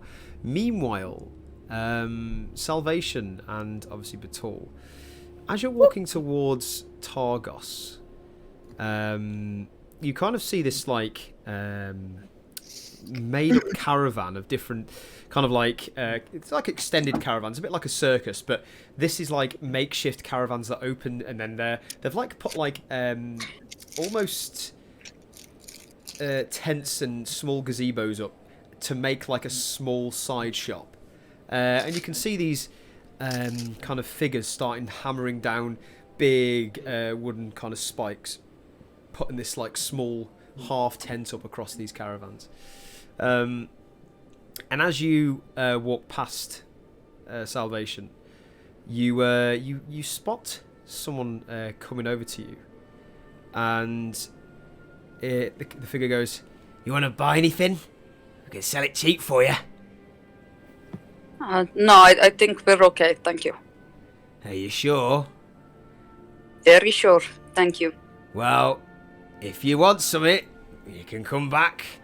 Torga's vans are here to stay for a week.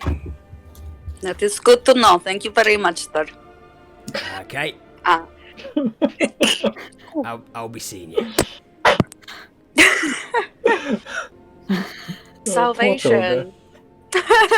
Salvation does not do window shopping. No.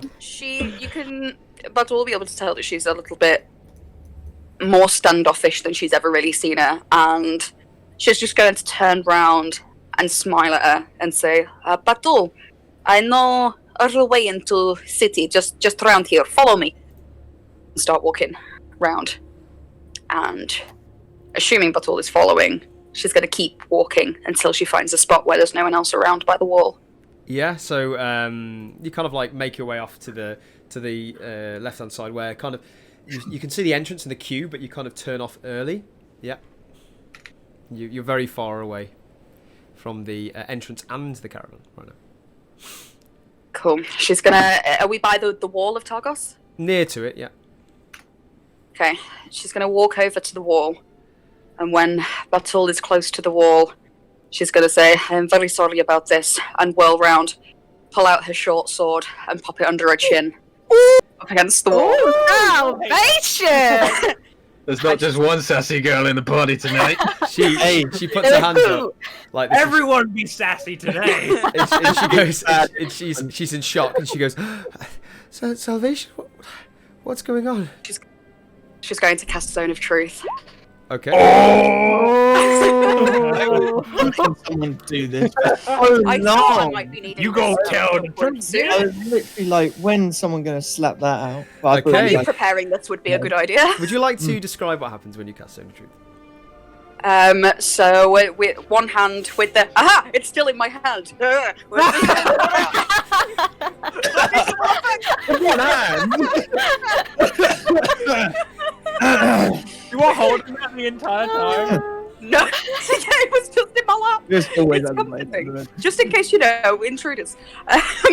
No, she's going to, with her other hand, pull out her pendant, and just mutter a few words, and the pendant will start to glow, and they'll be in sort of a 15-foot radius, a bit of a greenish slight, but not very bright.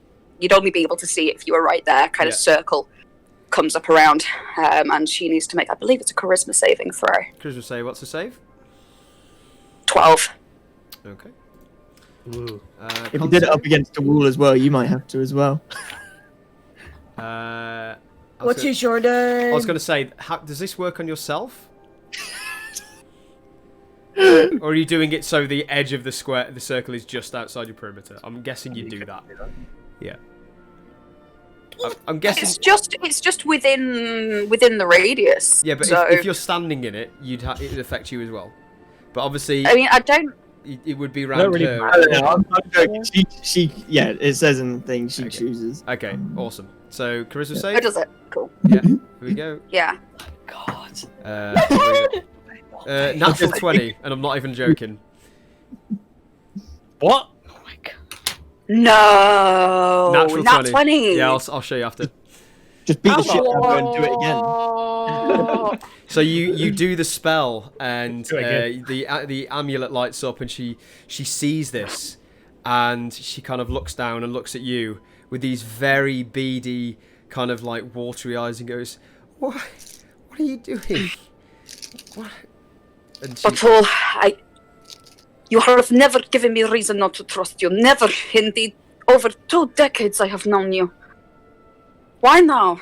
I need you to tell me. Why are you here? What do you know about the Arcane Brotherhood? Tell me. I need to know. I've told her everything.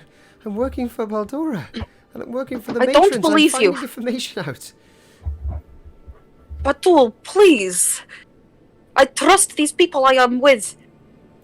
I know I have not known them for as long as I have known you, but I know that you all used to keep things from me at the temple, so I never thought that you were one of the people keeping anything from me. I need you to tell me. I need to know. She stands up straight and tall, lowers her hands down and goes, "Cast it on me again."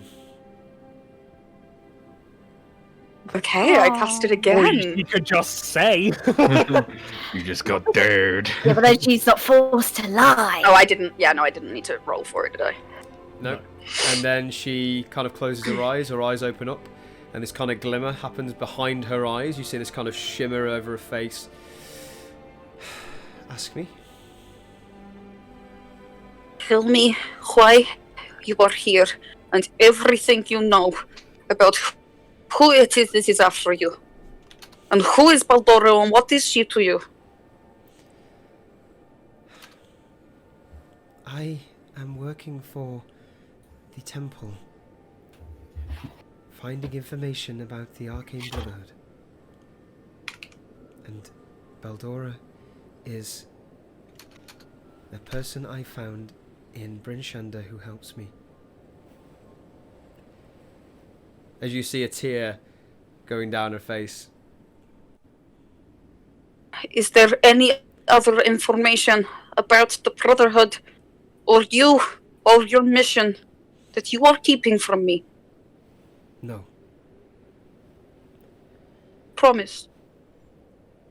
Just kind of stares at you straight in the face.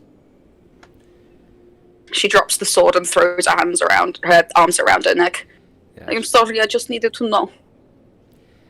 She kind of whispers in your ear. She goes, "I would have done the same." I know. Literally. I would have been That's why I'm doing it. She drops the spell and steps away, just really teary, picks up a sword and sheaths it again and goes, I'm sorry, I didn't want to do that, I needed to know, but I'm sorry I didn't trust you. It's been a weird few weeks. I know. Okay. Let's go. She sort of take her hand really, really gingerly and beckon her towards the line back into Targos again. Yeah, as you guys make your way back into Targos. I would say that the outside of the caravans have lit up some torches. The rest of you guys can see this happening now. That this small kind of caravan of travelling merchants have made camp outside Targos. As obviously you've seen Salvation and Batul walk past. Besides that, is there anything you guys like to do? I'm going to start a small campfire outside, in our little, resting area that we have. Okay. Awesome. Anybody else? I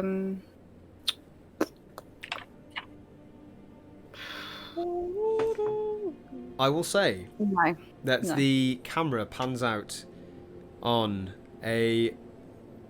two found friends going into Targos, zooming back out into the small